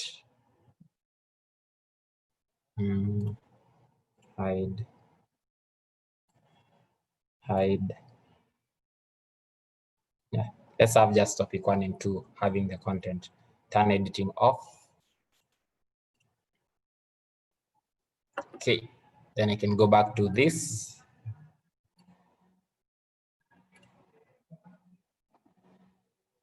Topic 2, I can just refresh. So you can see I can see the content for topic 2. But if I go to topic 3, if I go to the next section, that is topic 3, I can see the content. Topic 4, I can see the content. So let me go back to topic, to the whole course, and I go to topic 1, and I try and see the content for topic 1. I can see the introduction to business concepts. I can see the objectives, meaning of concepts of business, industry, commerce, all of them within that portal. Same case, you can see this also on your mobile application, which is the same. It is a custom mobile application for Moodle, which is customized for our case. So that is how you hide and show topics. There's a question about end of chapter assessments. You can always add, when you turn editing, this is a student account. Let me go to the other side. Okay, let me just log out here instead of using the super, and just log in as a lecturer. Log in as a lecturer. So let me just show you how you can do your continuous assessments. Don't worry, there are going to be some rigorous trainings covering certain subtopics in detail. So today was just getting you a general perspective of how it works. So, okay. Let's say we are going to do an evaluation of topic 1, introduction to business concepts. Let me just grasp one concept here and see. Define the term business. I need to also explain the objectives of business. Okay, classification. auxiliaries to trade, characteristics of business. So there are two ways you can do it. I'll just show you through the super account for the purposes of time. Let me just show you through the super account. Let me show you one thing on the courses.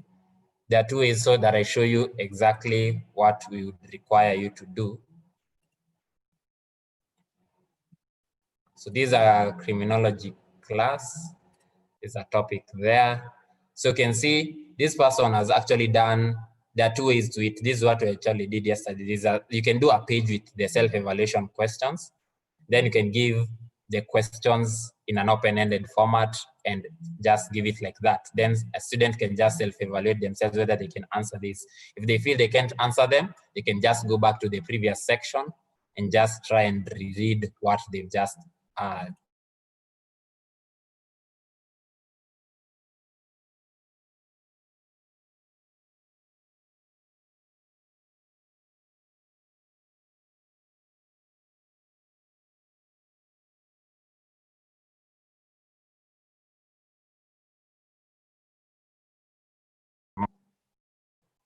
other way.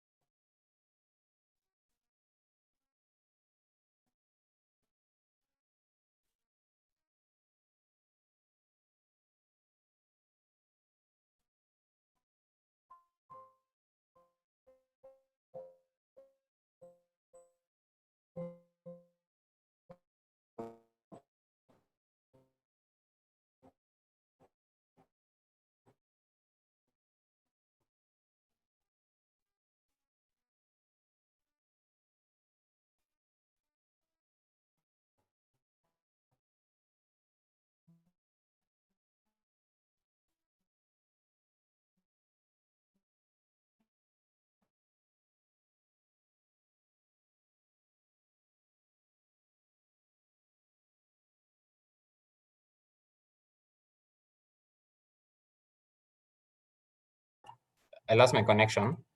So I'm back. So the first way is on the page. Sorry about that. So the first one is through the page. The other way of evaluation, let me just go back to the course itself. The other way of evaluation is you can create a quiz. So this is like a quiz. I'm just showing you how it looks like. So this is a quiz that was done, that was created. I can just do a review and just see, okay, this was done, and I just created a question called criminology is a crime. So how do I do that? I can just go to the same way. If you want to do anything on the platform, you can just go to the topic, that is, the course. You turn editing on, and also you make sure you go to, you can see every topic, every part has a place written add an activity or a resource. So when we do our upload of notes, we don't usually do, most of the people usually do a file, but we don't do file. We usually do a page. You can see this is a page. So you can just add a page and now put your questions. So let me just go to a certain topic. Let's say this one, written theories of crime. Okay, it already has a page there for self-evaluation question. So I'll just add a quiz. So add an activity or a resource. You can just add a quiz, add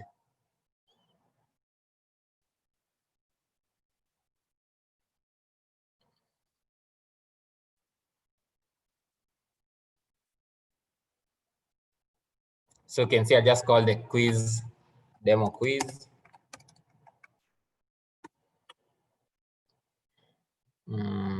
And just this way, just giving it the name, save and display. So then I'll just edit the quiz and I'll put the questions. So I'll add a question. If you say something on the chat, kindly tell me verbally. I'm not able to look at the chat right now. So I'll just do a true or false. Then you do add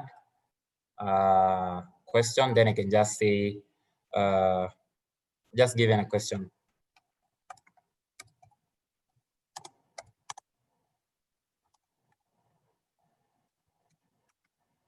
Just giving something that's coming.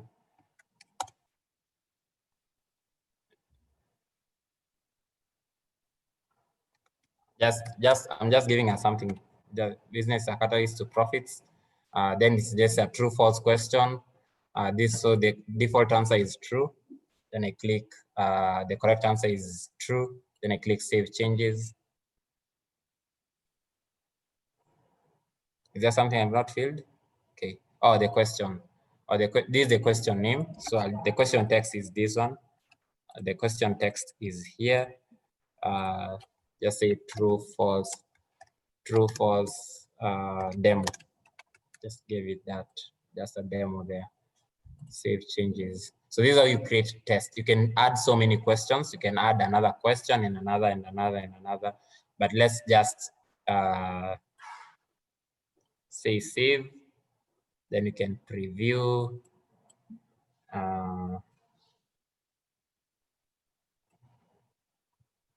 Do this. I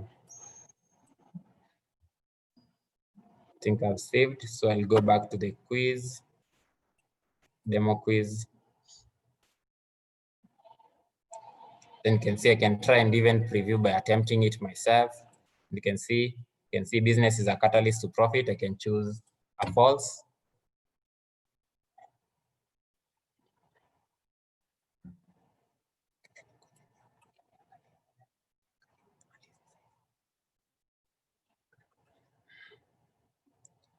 Then you can see if I say finish attempt and I submit all and finish, you can see I chose a wrong answer and you can tell me that the correct answer is true. So you can be able to look at it. You can say if I did a number of attempts, I can reattempt the quiz. And then I can say the answer was true, which was correct. I finished the attempt. I submit all and finish. So if there are all questions separate, a number of questions, you can see I've got true, and I think I put it as a 10 out of 10 if I do that. So there are so many ways. There's still going to be a rigorous training on assessments and how you can do the assessments, but this is just a preview of how you can do it. So that is that, and as I've shown you the structure of every course, let me just show you back where the BCom 101 is. Every course that you have created on our platform, the notes are not downloadable. You just access them on the platform as a page, and it has a good structure. Let me turn editing off so that you can see. Turn editing off. So you can see it has an announcement area, which is a discussion board. You can use it to make students introduce themselves, tell them where they come from, give them a feel of the course. You can use that announcements area. Then you have the Zoom link for every course, which is usually given there. You can use it. I'll not click on join meeting because it will get me out of this meeting. You have the Zoom link there for the class, and all the topics are there. You can see the topics are there available, but when you go to the content, you can see, I can see that this content is hidden from students. The student cannot see this, they just see it is not available, but for the lecturer, they can see that. Any question now? I think I've covered everything. I not shared my screen. I think I shared my screen. Any question? And also, I'll open the floor back to you, Dixon, to check as you finish on Dean. I think I've covered every area. And as I finish that on that, also there's something I said I promised I look at the challenges to e-learning. So so the challenges to e-learning are the same, are basically every kind of learning has their own challenges. For example, face-to-face learning, you will have challenges, for example, with the lecture rooms, classes, students not coming to the class, maybe physically, they're maybe having some issues. You're also going to be having issues of let's say the student can be like, let's say, wondering why the classes are bouncing because of the lack of resources. You may be going to a class, maybe you don't have a pen, or you haven't gotten the notes well laid out.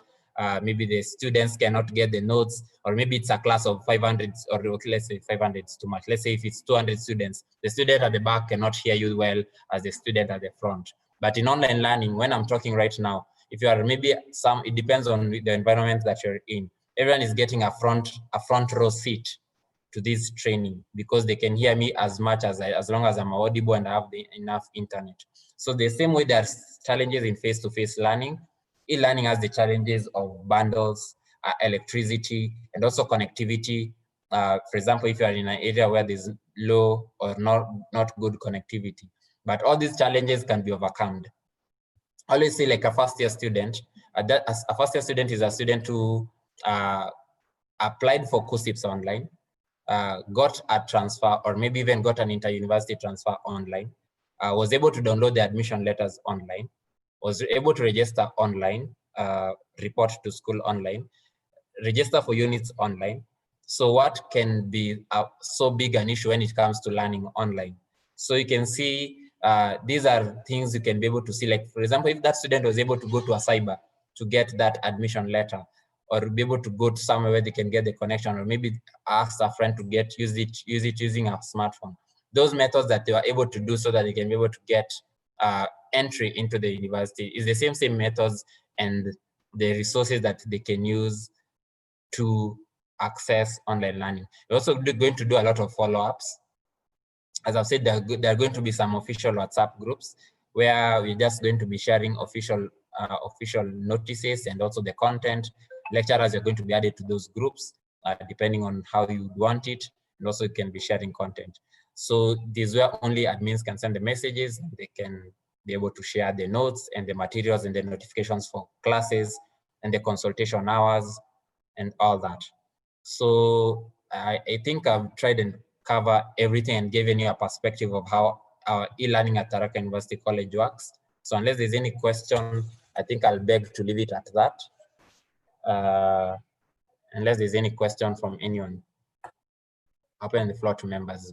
Back to you. I think is Dean around, Dixon around? Okay, Kevin. Yes. There's this thing you just touched there, but you didn't go into detail. Yes. About what can we do to those students? I think yesterday Prof. Muriungi mentioned about discounted bundles. I think maybe you can touch that. There's a question was okay about what you can do to those students who can't reach online studies.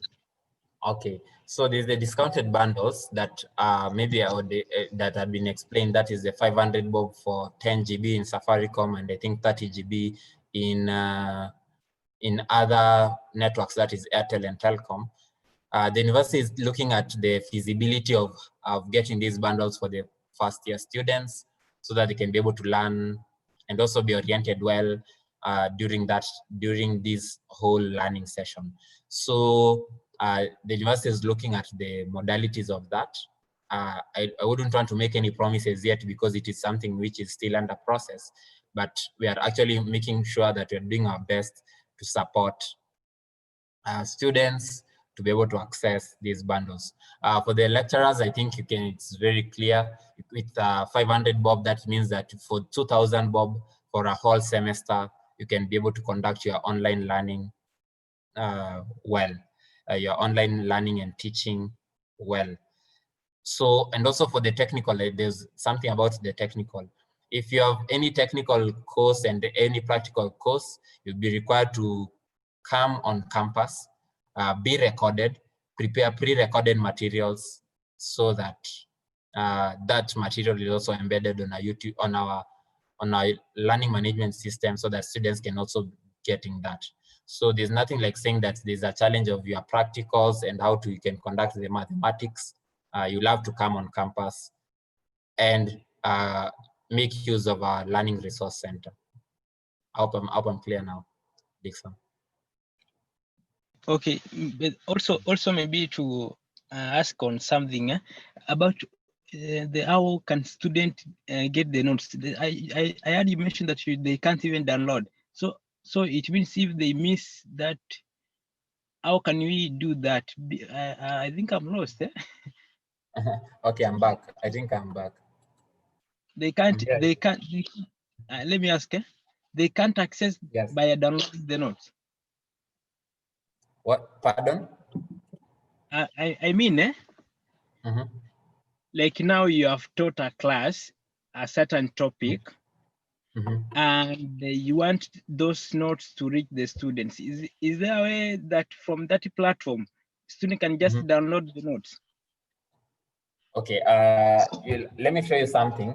We are actually avoiding the scenario of people downloading PDF notes. So let me see whether I can access my Zoom on the phone. Let me just log in here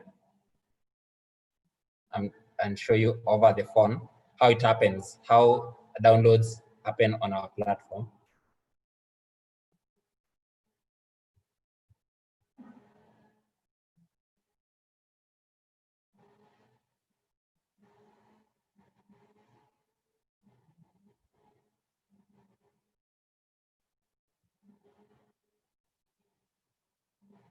So I'm logging in on this class. I mean on this training.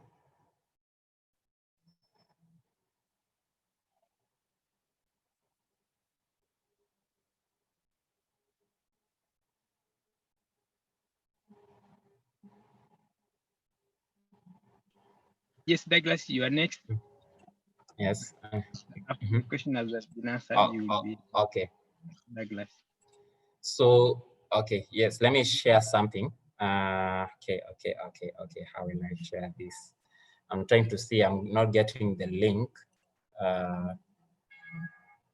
on my phone. Okay, let me just get it from the participants.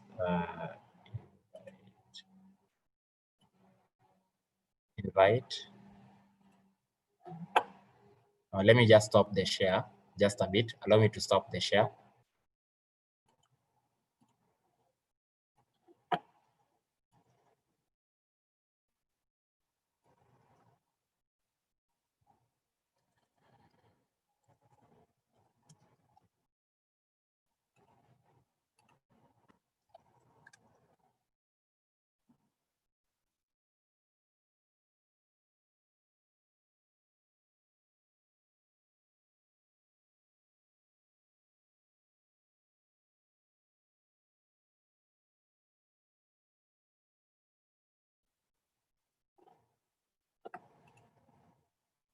Okay, so I'm actually connected. Okay, thank you. I've gotten the link. So I'm just logging in over my phone.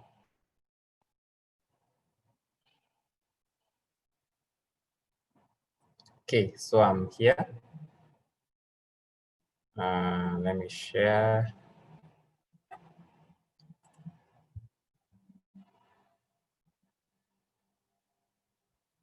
Okay, can you see my phone?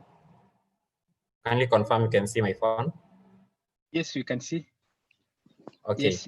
So I'll just go to the e-learning app, that is Tharaka e-learning. Let me open the app.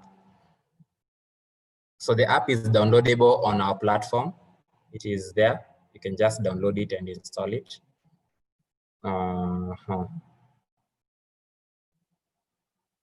So it is loading to me, my personal, but it's fine. So I'll just show you something like, let's say, I don't know that I have access to all the courses. Let me search the Become 101.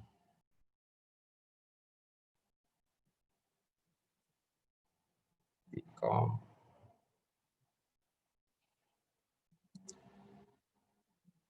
So I can see I can't access the course, but do you see the do you see the icon download course? So I can download the course, but can see you are not currently connected. The size of the it was not possible to calculate. You currently have that space, but very short continue. I can say okay, can download the course. So I'll continue downloading the course, but I can even look at the courses that I have, my courses. You can see these are courses that are here within my domain. You can see I can see the content. Do you see I can see the course outline as given as PDF? I can look at this topic. You can just open and look at the notes. The notes are there available on phone. I'm using it on my phone. And I can download the course here. So when I download the course, it is now available. You can see I'm about to download at least 24.16 KB. You have space, I can say, okay. So if I download the course, it will be available on this app, whether I have internet or not. But it can only be accessible on this mobile app. That is the app. That is how it works. So I can be able to check. I can just check and I'll be able to access all these notes here. And I can check that. I can check my question. I can do a quiz from my app. You can see I can just attempt this quiz. Although this was a crazy quiz I gave my students, so I just put some answers there so that they can see. I'm just giving some example answers. I'm not looking even at the questions. Then you can see tap to select and drop. So as a presenter, it is important to know the message to effectively communicate. It is important to know the context. Effectively communicate the message to ensure there is no impediment. So this is just something. Then can click next. You can see answer saved, submit all and finish. Once you submit, you no longer be able to accept. And I can say okay. And you can see that I got, I think on my guesses, at least I got 2 out of the many. I was just doing a guess. And you can see the answers I'm being given there. And the question 2, you can see your answer is correct. Marks out of 4 out of 4. And this one is 2 out of 6. And it was a 6 out of 10 question. So you can see feedback, you grasp the concepts well. And I can bookmark, I can check the question, I can navigate to a question. I can do a lot of things on this. You can see no more attempts allowed. Maybe it was just allowed 1 attempt, and they can do that. So students can just download. Once they download, you can see you can just put, and they can, under my settings, you can see I can see the links, app settings, preferences. This is just my personal account, just that, yes. So I think you can, the only thing you can see, I can show download options. So students can be able to see how they can download a course. You can see these are courses I've already downloaded. If I want, I can download that one. I can download that one. I can download any courses, and they're not that big. They're in KBs when they're customized and compressed for the application. So that is how you use the mobile app. And actually that is what we'd actually ask you to emphasize on your students, because you don't want to have, you know, when you have a PDF is something that once somebody downloads, you don't know whether they're going to read it or not.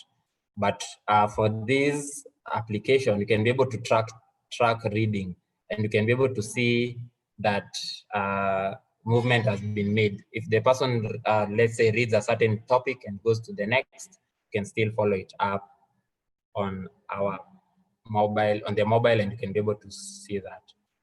So any questions? I hope I've answered that.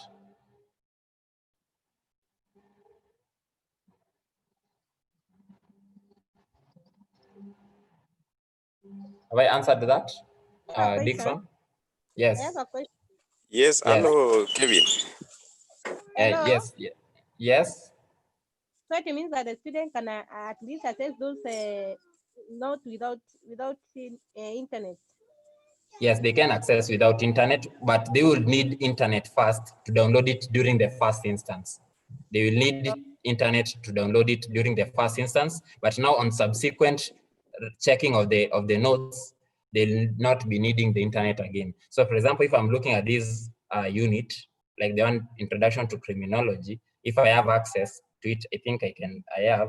So you can see I can download the course at the first time. I can go to maybe a cyber, or I can go to where there is internet, I download the course. Then going forward, I already have it. I don't need to go to the internet every time to access the notes. So the only thing I need to when I is actually when I'm going for a Zoom class, or in such case of that. So have you gotten that? And you can see they can even access the Zoom class right from within the app. You can see this is the Zoom app. When they go to it, they just click join meeting. Then they go to the Zoom. Then you can see it will ask me join new meeting. It will mean I leave the join. So I'll not click on that and I'll not leave. I don't want to leave that. So hope you've seen that. So we have actually made sure that our systems are as friendly as possible. Any question? Yeah, I have a question. Yes. Yeah, I'm Douglas Kimade. Yes, Douglas. Yeah, I have two concerns. Yes. Last time when we were being taught about train about the modules, and under the Kenneth, you were taught how to arrange for a class. For example, you give them the notification to the student. Okay, would you a little bit share with us how you can do this? Another concern I had last time, I was trying to register for the Kenneth bundles, but as part-time lecturers, they're asking for the staff number, which we how we need to go about it. Yeah. Okay. So what I can tell you about the staff number, if you're a part-time lecturer, even the part-time lecturer usually get a PT number, which is allocated by the COD in consultation with the registrar administration and finance and planning. That is here. So maybe if you are being asked a number when you're registering, you need not, if you're a part-time faculty, you can just enter a number that you would feel is there, because they don't need that number. Kenneth does not need a part-time number to give you the bundles. So you can just enter a number that is valid there, because that is not university records, but they're just using it so that if it is a full-time faculty, they'll enter their payroll number or their PF number. So I hope that is clear. Then for then for how to share notifications, I've told you they're going to be let's say official WhatsApp groups. Let me show you an example. Let me see. These are class that I'm in, and it is a class that we are being taught. And you can see in this class, there's nothing I can do. The only thing I'm getting is notifications. I can't send a message. I can't do that. You can see there are still candidates with fee payment overdue. So students who have not paid fees maybe are being removed from this group. I'm getting notes. If there's a class that is starting, I'm being given a notification that the class is starting in 1 hour. I'm giving links to what I can access. You can see I'm getting notes, lecture PowerPoints. I'm getting lecture PowerPoints. I'm getting any labs. These are the courseware that I'm getting. And and once a class has ended, let me show you when a class has ended. When a class has ended, you can see below is a recording of today's session, and I can just click on it, and I can see how the class was. I can just, if I miss the class, I can just go and look at it from the YouTube, and I can just see how the class went on. So these are class that is being done on Zoom in coordination with WhatsApp. And they also have a platform where they're sending us notes on a learning management system. You can see they've given us a link to how you can access the class and the notes. So notifications can be done in different ways. You can use the WhatsApp, you can use SMS. It all depends on you. The same way when you start being taught, when you're actually starting to teach a class, how do you notify if it is a physical class? How do you notify them that there's a class? If it is through the class rep, right now you do the work yourself, right? You notify them. If you need any kind of assistance from ICT, we can help you with that. If you don't have their phone numbers, if you don't have their details, if you don't have their emails, we are here to help you notify the students. I hope that is answered.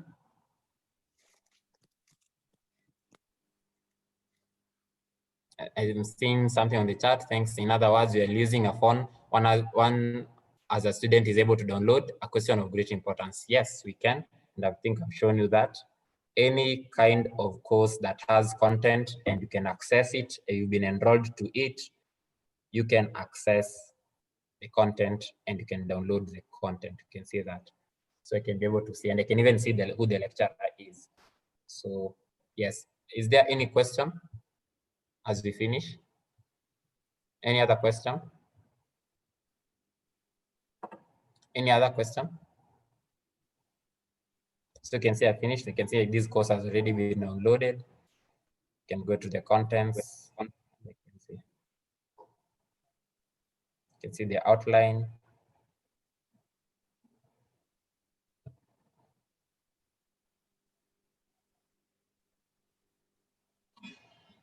And I can see, I can start learning, and maybe the topics can be hidden. I think let me can show you how the topics that were hidden in each course. It was Become 101. I can see it here. I can just go to that and go to contents. And if I go to, you can see this one. Do you see how it appears from students? If I try to click on it, I can't. This one I can't see it because I'm a lecturer, so I can see, and my account can see everything, but students cannot see this. If I log out and look at it as a student, I can be able to see. So download the app, log in using your Google account, that is institutional account, and start using the app. See it from the student's perspective. You have a calendar. We put a calendar of events here. You can chat. You can see, you can notify people. These are notifications and all that. So, and you even have a site blog.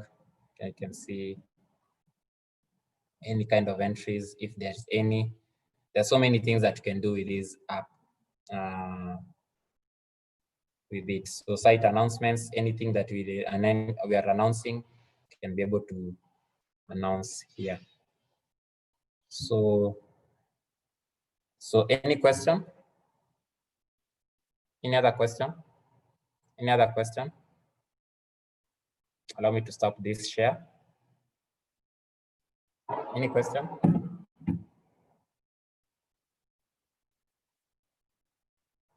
Dean Dixon? Dean or Dixon? I think I'm done on my part. Yes, Kevin. Hello. Yes. Yes. Yeah. I think to me the session has been good. Thank you so much. That's why members don't have any more questions. They have asked you questions and you have answered. To me, it's not the end of everything, because as we now practically engage in teaching, we will be still interacting with the ICT for more assistance. So we are not stopping today. It's just an eye-opener on what we expect. But practically, we will continue engaging the ICT so that we do things rightly. So I have nothing much but to appreciate the initiative that you have taken so far. In fact, you have kept us going during this difficult time of COVID-19. And we must appreciate for that. So we will engage. We will actually engage. We will engage you, our lecturers now, the task, they know the task that is ahead. Even if we talk about so many things, the immediate task as they leave this meeting is to have the notes. Yeah, the immediate task is to have the notes in digital. And you have clarified very well. We are not actually looking at the Odell notes, but we are looking looking at the digital notes, which will be sent to that institutional email at Tharaka, for it to be now arranged topic-wise the way you have just showed us. And I think it's good. The other part I also found very interesting is where we have given students materials, various topics, but you are able to hide some topics. You know, the students, the mentality of students, if they have the whole course, they will not even attend your classes.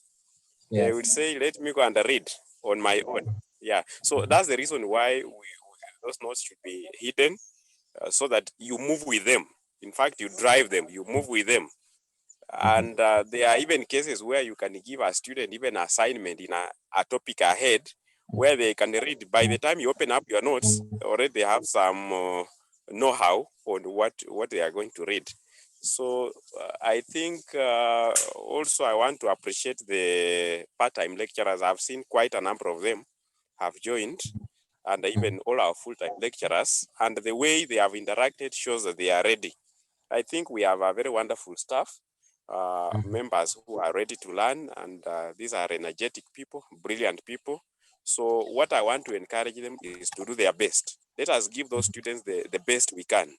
In fact, let us try better than we have even done when we are physically with them, because you know, now that they are away, they need to see something which is pleasing, which is appealing, our consistency, our persistency, that will make them feel comfortable and feel that they are at home. And we have to give them several assignments, because assignments will make them really get engaged, especially those ones who may feel like, no, I can just sit, wait at the end. I think we have to do the best to engage them. And thank you, Kevin, for that. Maybe if COD has something can say. Yeah, thank you. Thank you, Dean. Members, thank you first for attending our meeting today. I think I would an interaction and a very good interaction session. And maybe to remind you is that more sessions like these are coming, so that we improve our skills on e-learning. So maybe Kevin forgot to mention about the certificates after these meetings, after this training.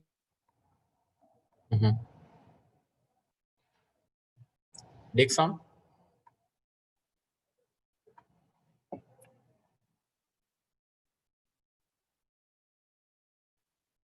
Hello?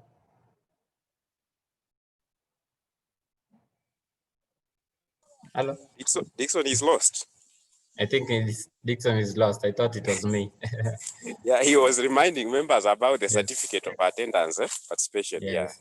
Yeah, I think that was the last point. Yeah, you can clarify to members.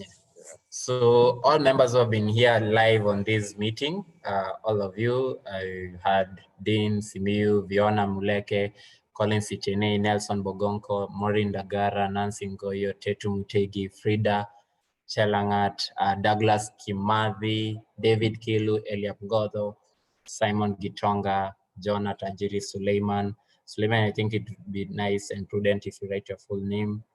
John Mambo, Muriangu, Felix, Matthew, Pluto Kinoti, Francis Njiru, Peter Njagi, Kirimi, Cecilia Njagi. All of you are going to get your certificates of participation signed from the by the Odell Directorate Chair, and also the principal, who is going to also get to ratify your certificates, and also they are going to be sent to your email addresses that you registered for this meeting with.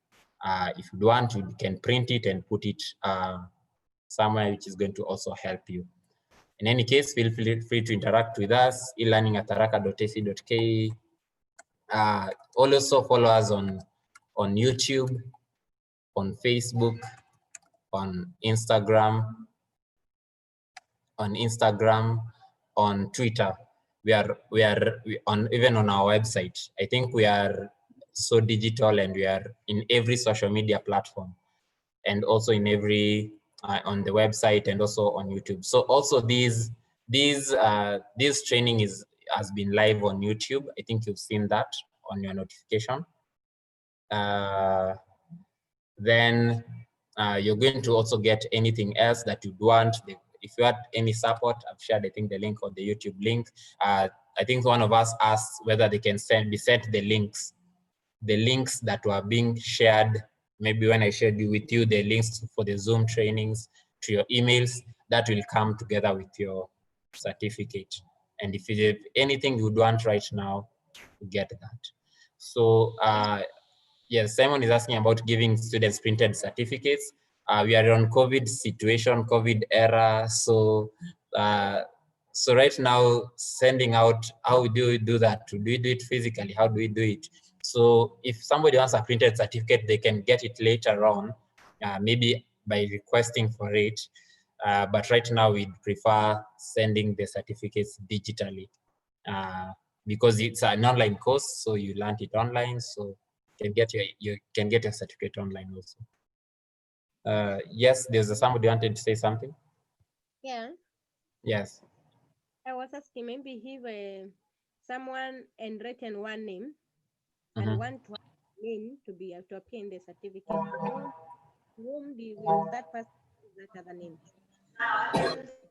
Okay, the best communication on all our things is elearning@tharaka.ac.ke. You can just send us and say, okay, you just did it on, let's say you wrote one name, maybe you followed live on YouTube, maybe you couldn't participate directly. You can always check on that. You can maybe show your participation on how you did it on YouTube, and we can be very, very helpful on that. We'll help you get your certificate. So we will obviously be checking that. Our ICT team has been monitoring who was online. Hello. Yes. Yes, Kevin. Yes. Yes, Dixon, have you finished? Yes, I think I got lost and I didn't communicate fully what I wanted to do. Yes. Allow me finish. Okay, please do. So I think you had mentioned about the sessions, they'll be more frequent, and the certificates after the training. And we shall have our meeting next week to talk about the audit of the notes. So make sure that you attend that meeting. I will set and send you the link to our WhatsApp group. And also, I think maybe I think I've noticed most of our part-timers are here, and we have worked hard to make sure that you also have something in your pocket concerning the other semester that we had finished.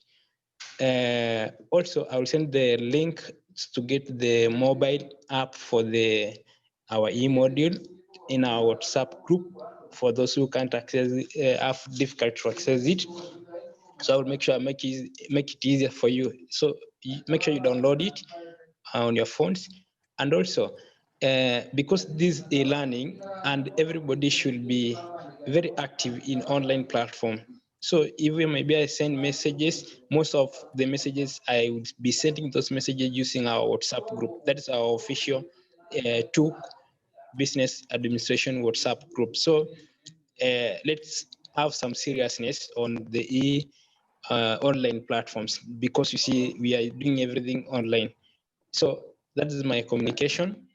Unless somebody have any question, but make sure there is a meeting next week also for only all lecturers in the department,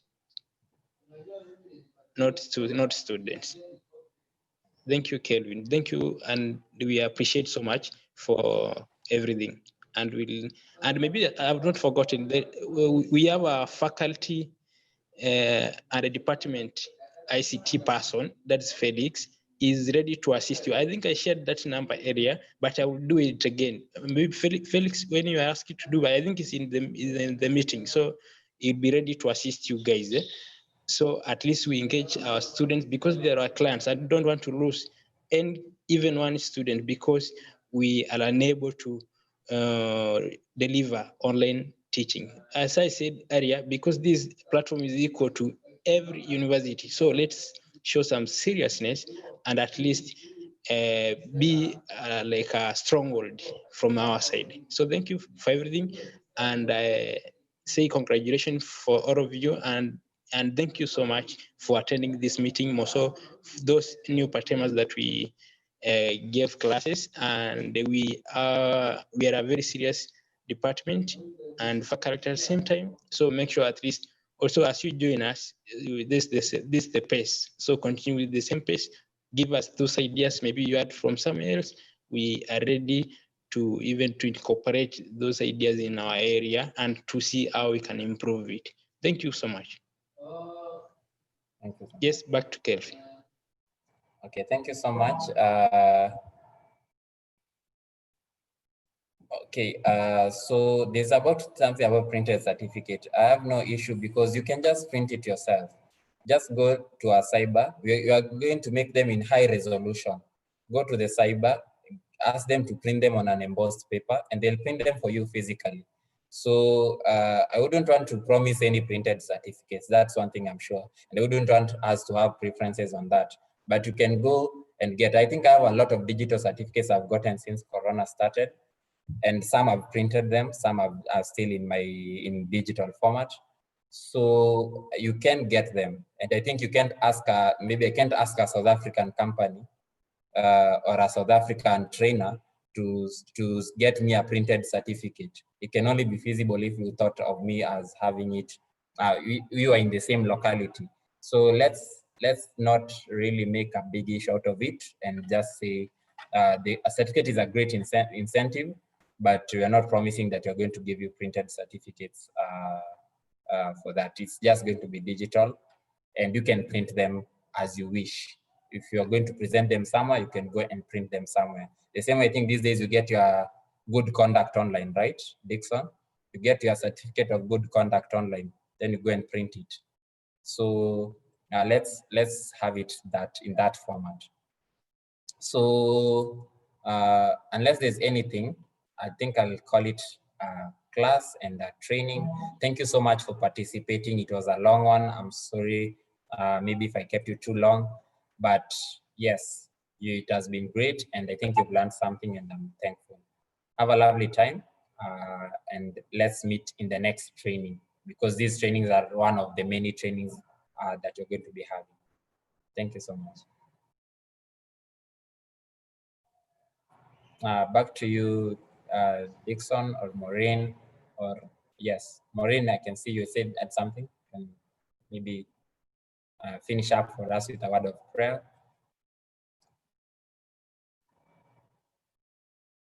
Maureen, yes. Yeah, let us pray. Thank you, everlasting Father, for this time which you have given to us. You have been with us from the time we started this training up to this hour, Lord. We pray that you help us to be committed in doing our work, to love our work, to be able to digitate the notes and to be able to follow all the procedures which have been given for the betterment of our university and also our student, Lord. We also pray that you be with our students and you help them to cope with this situation, Lord.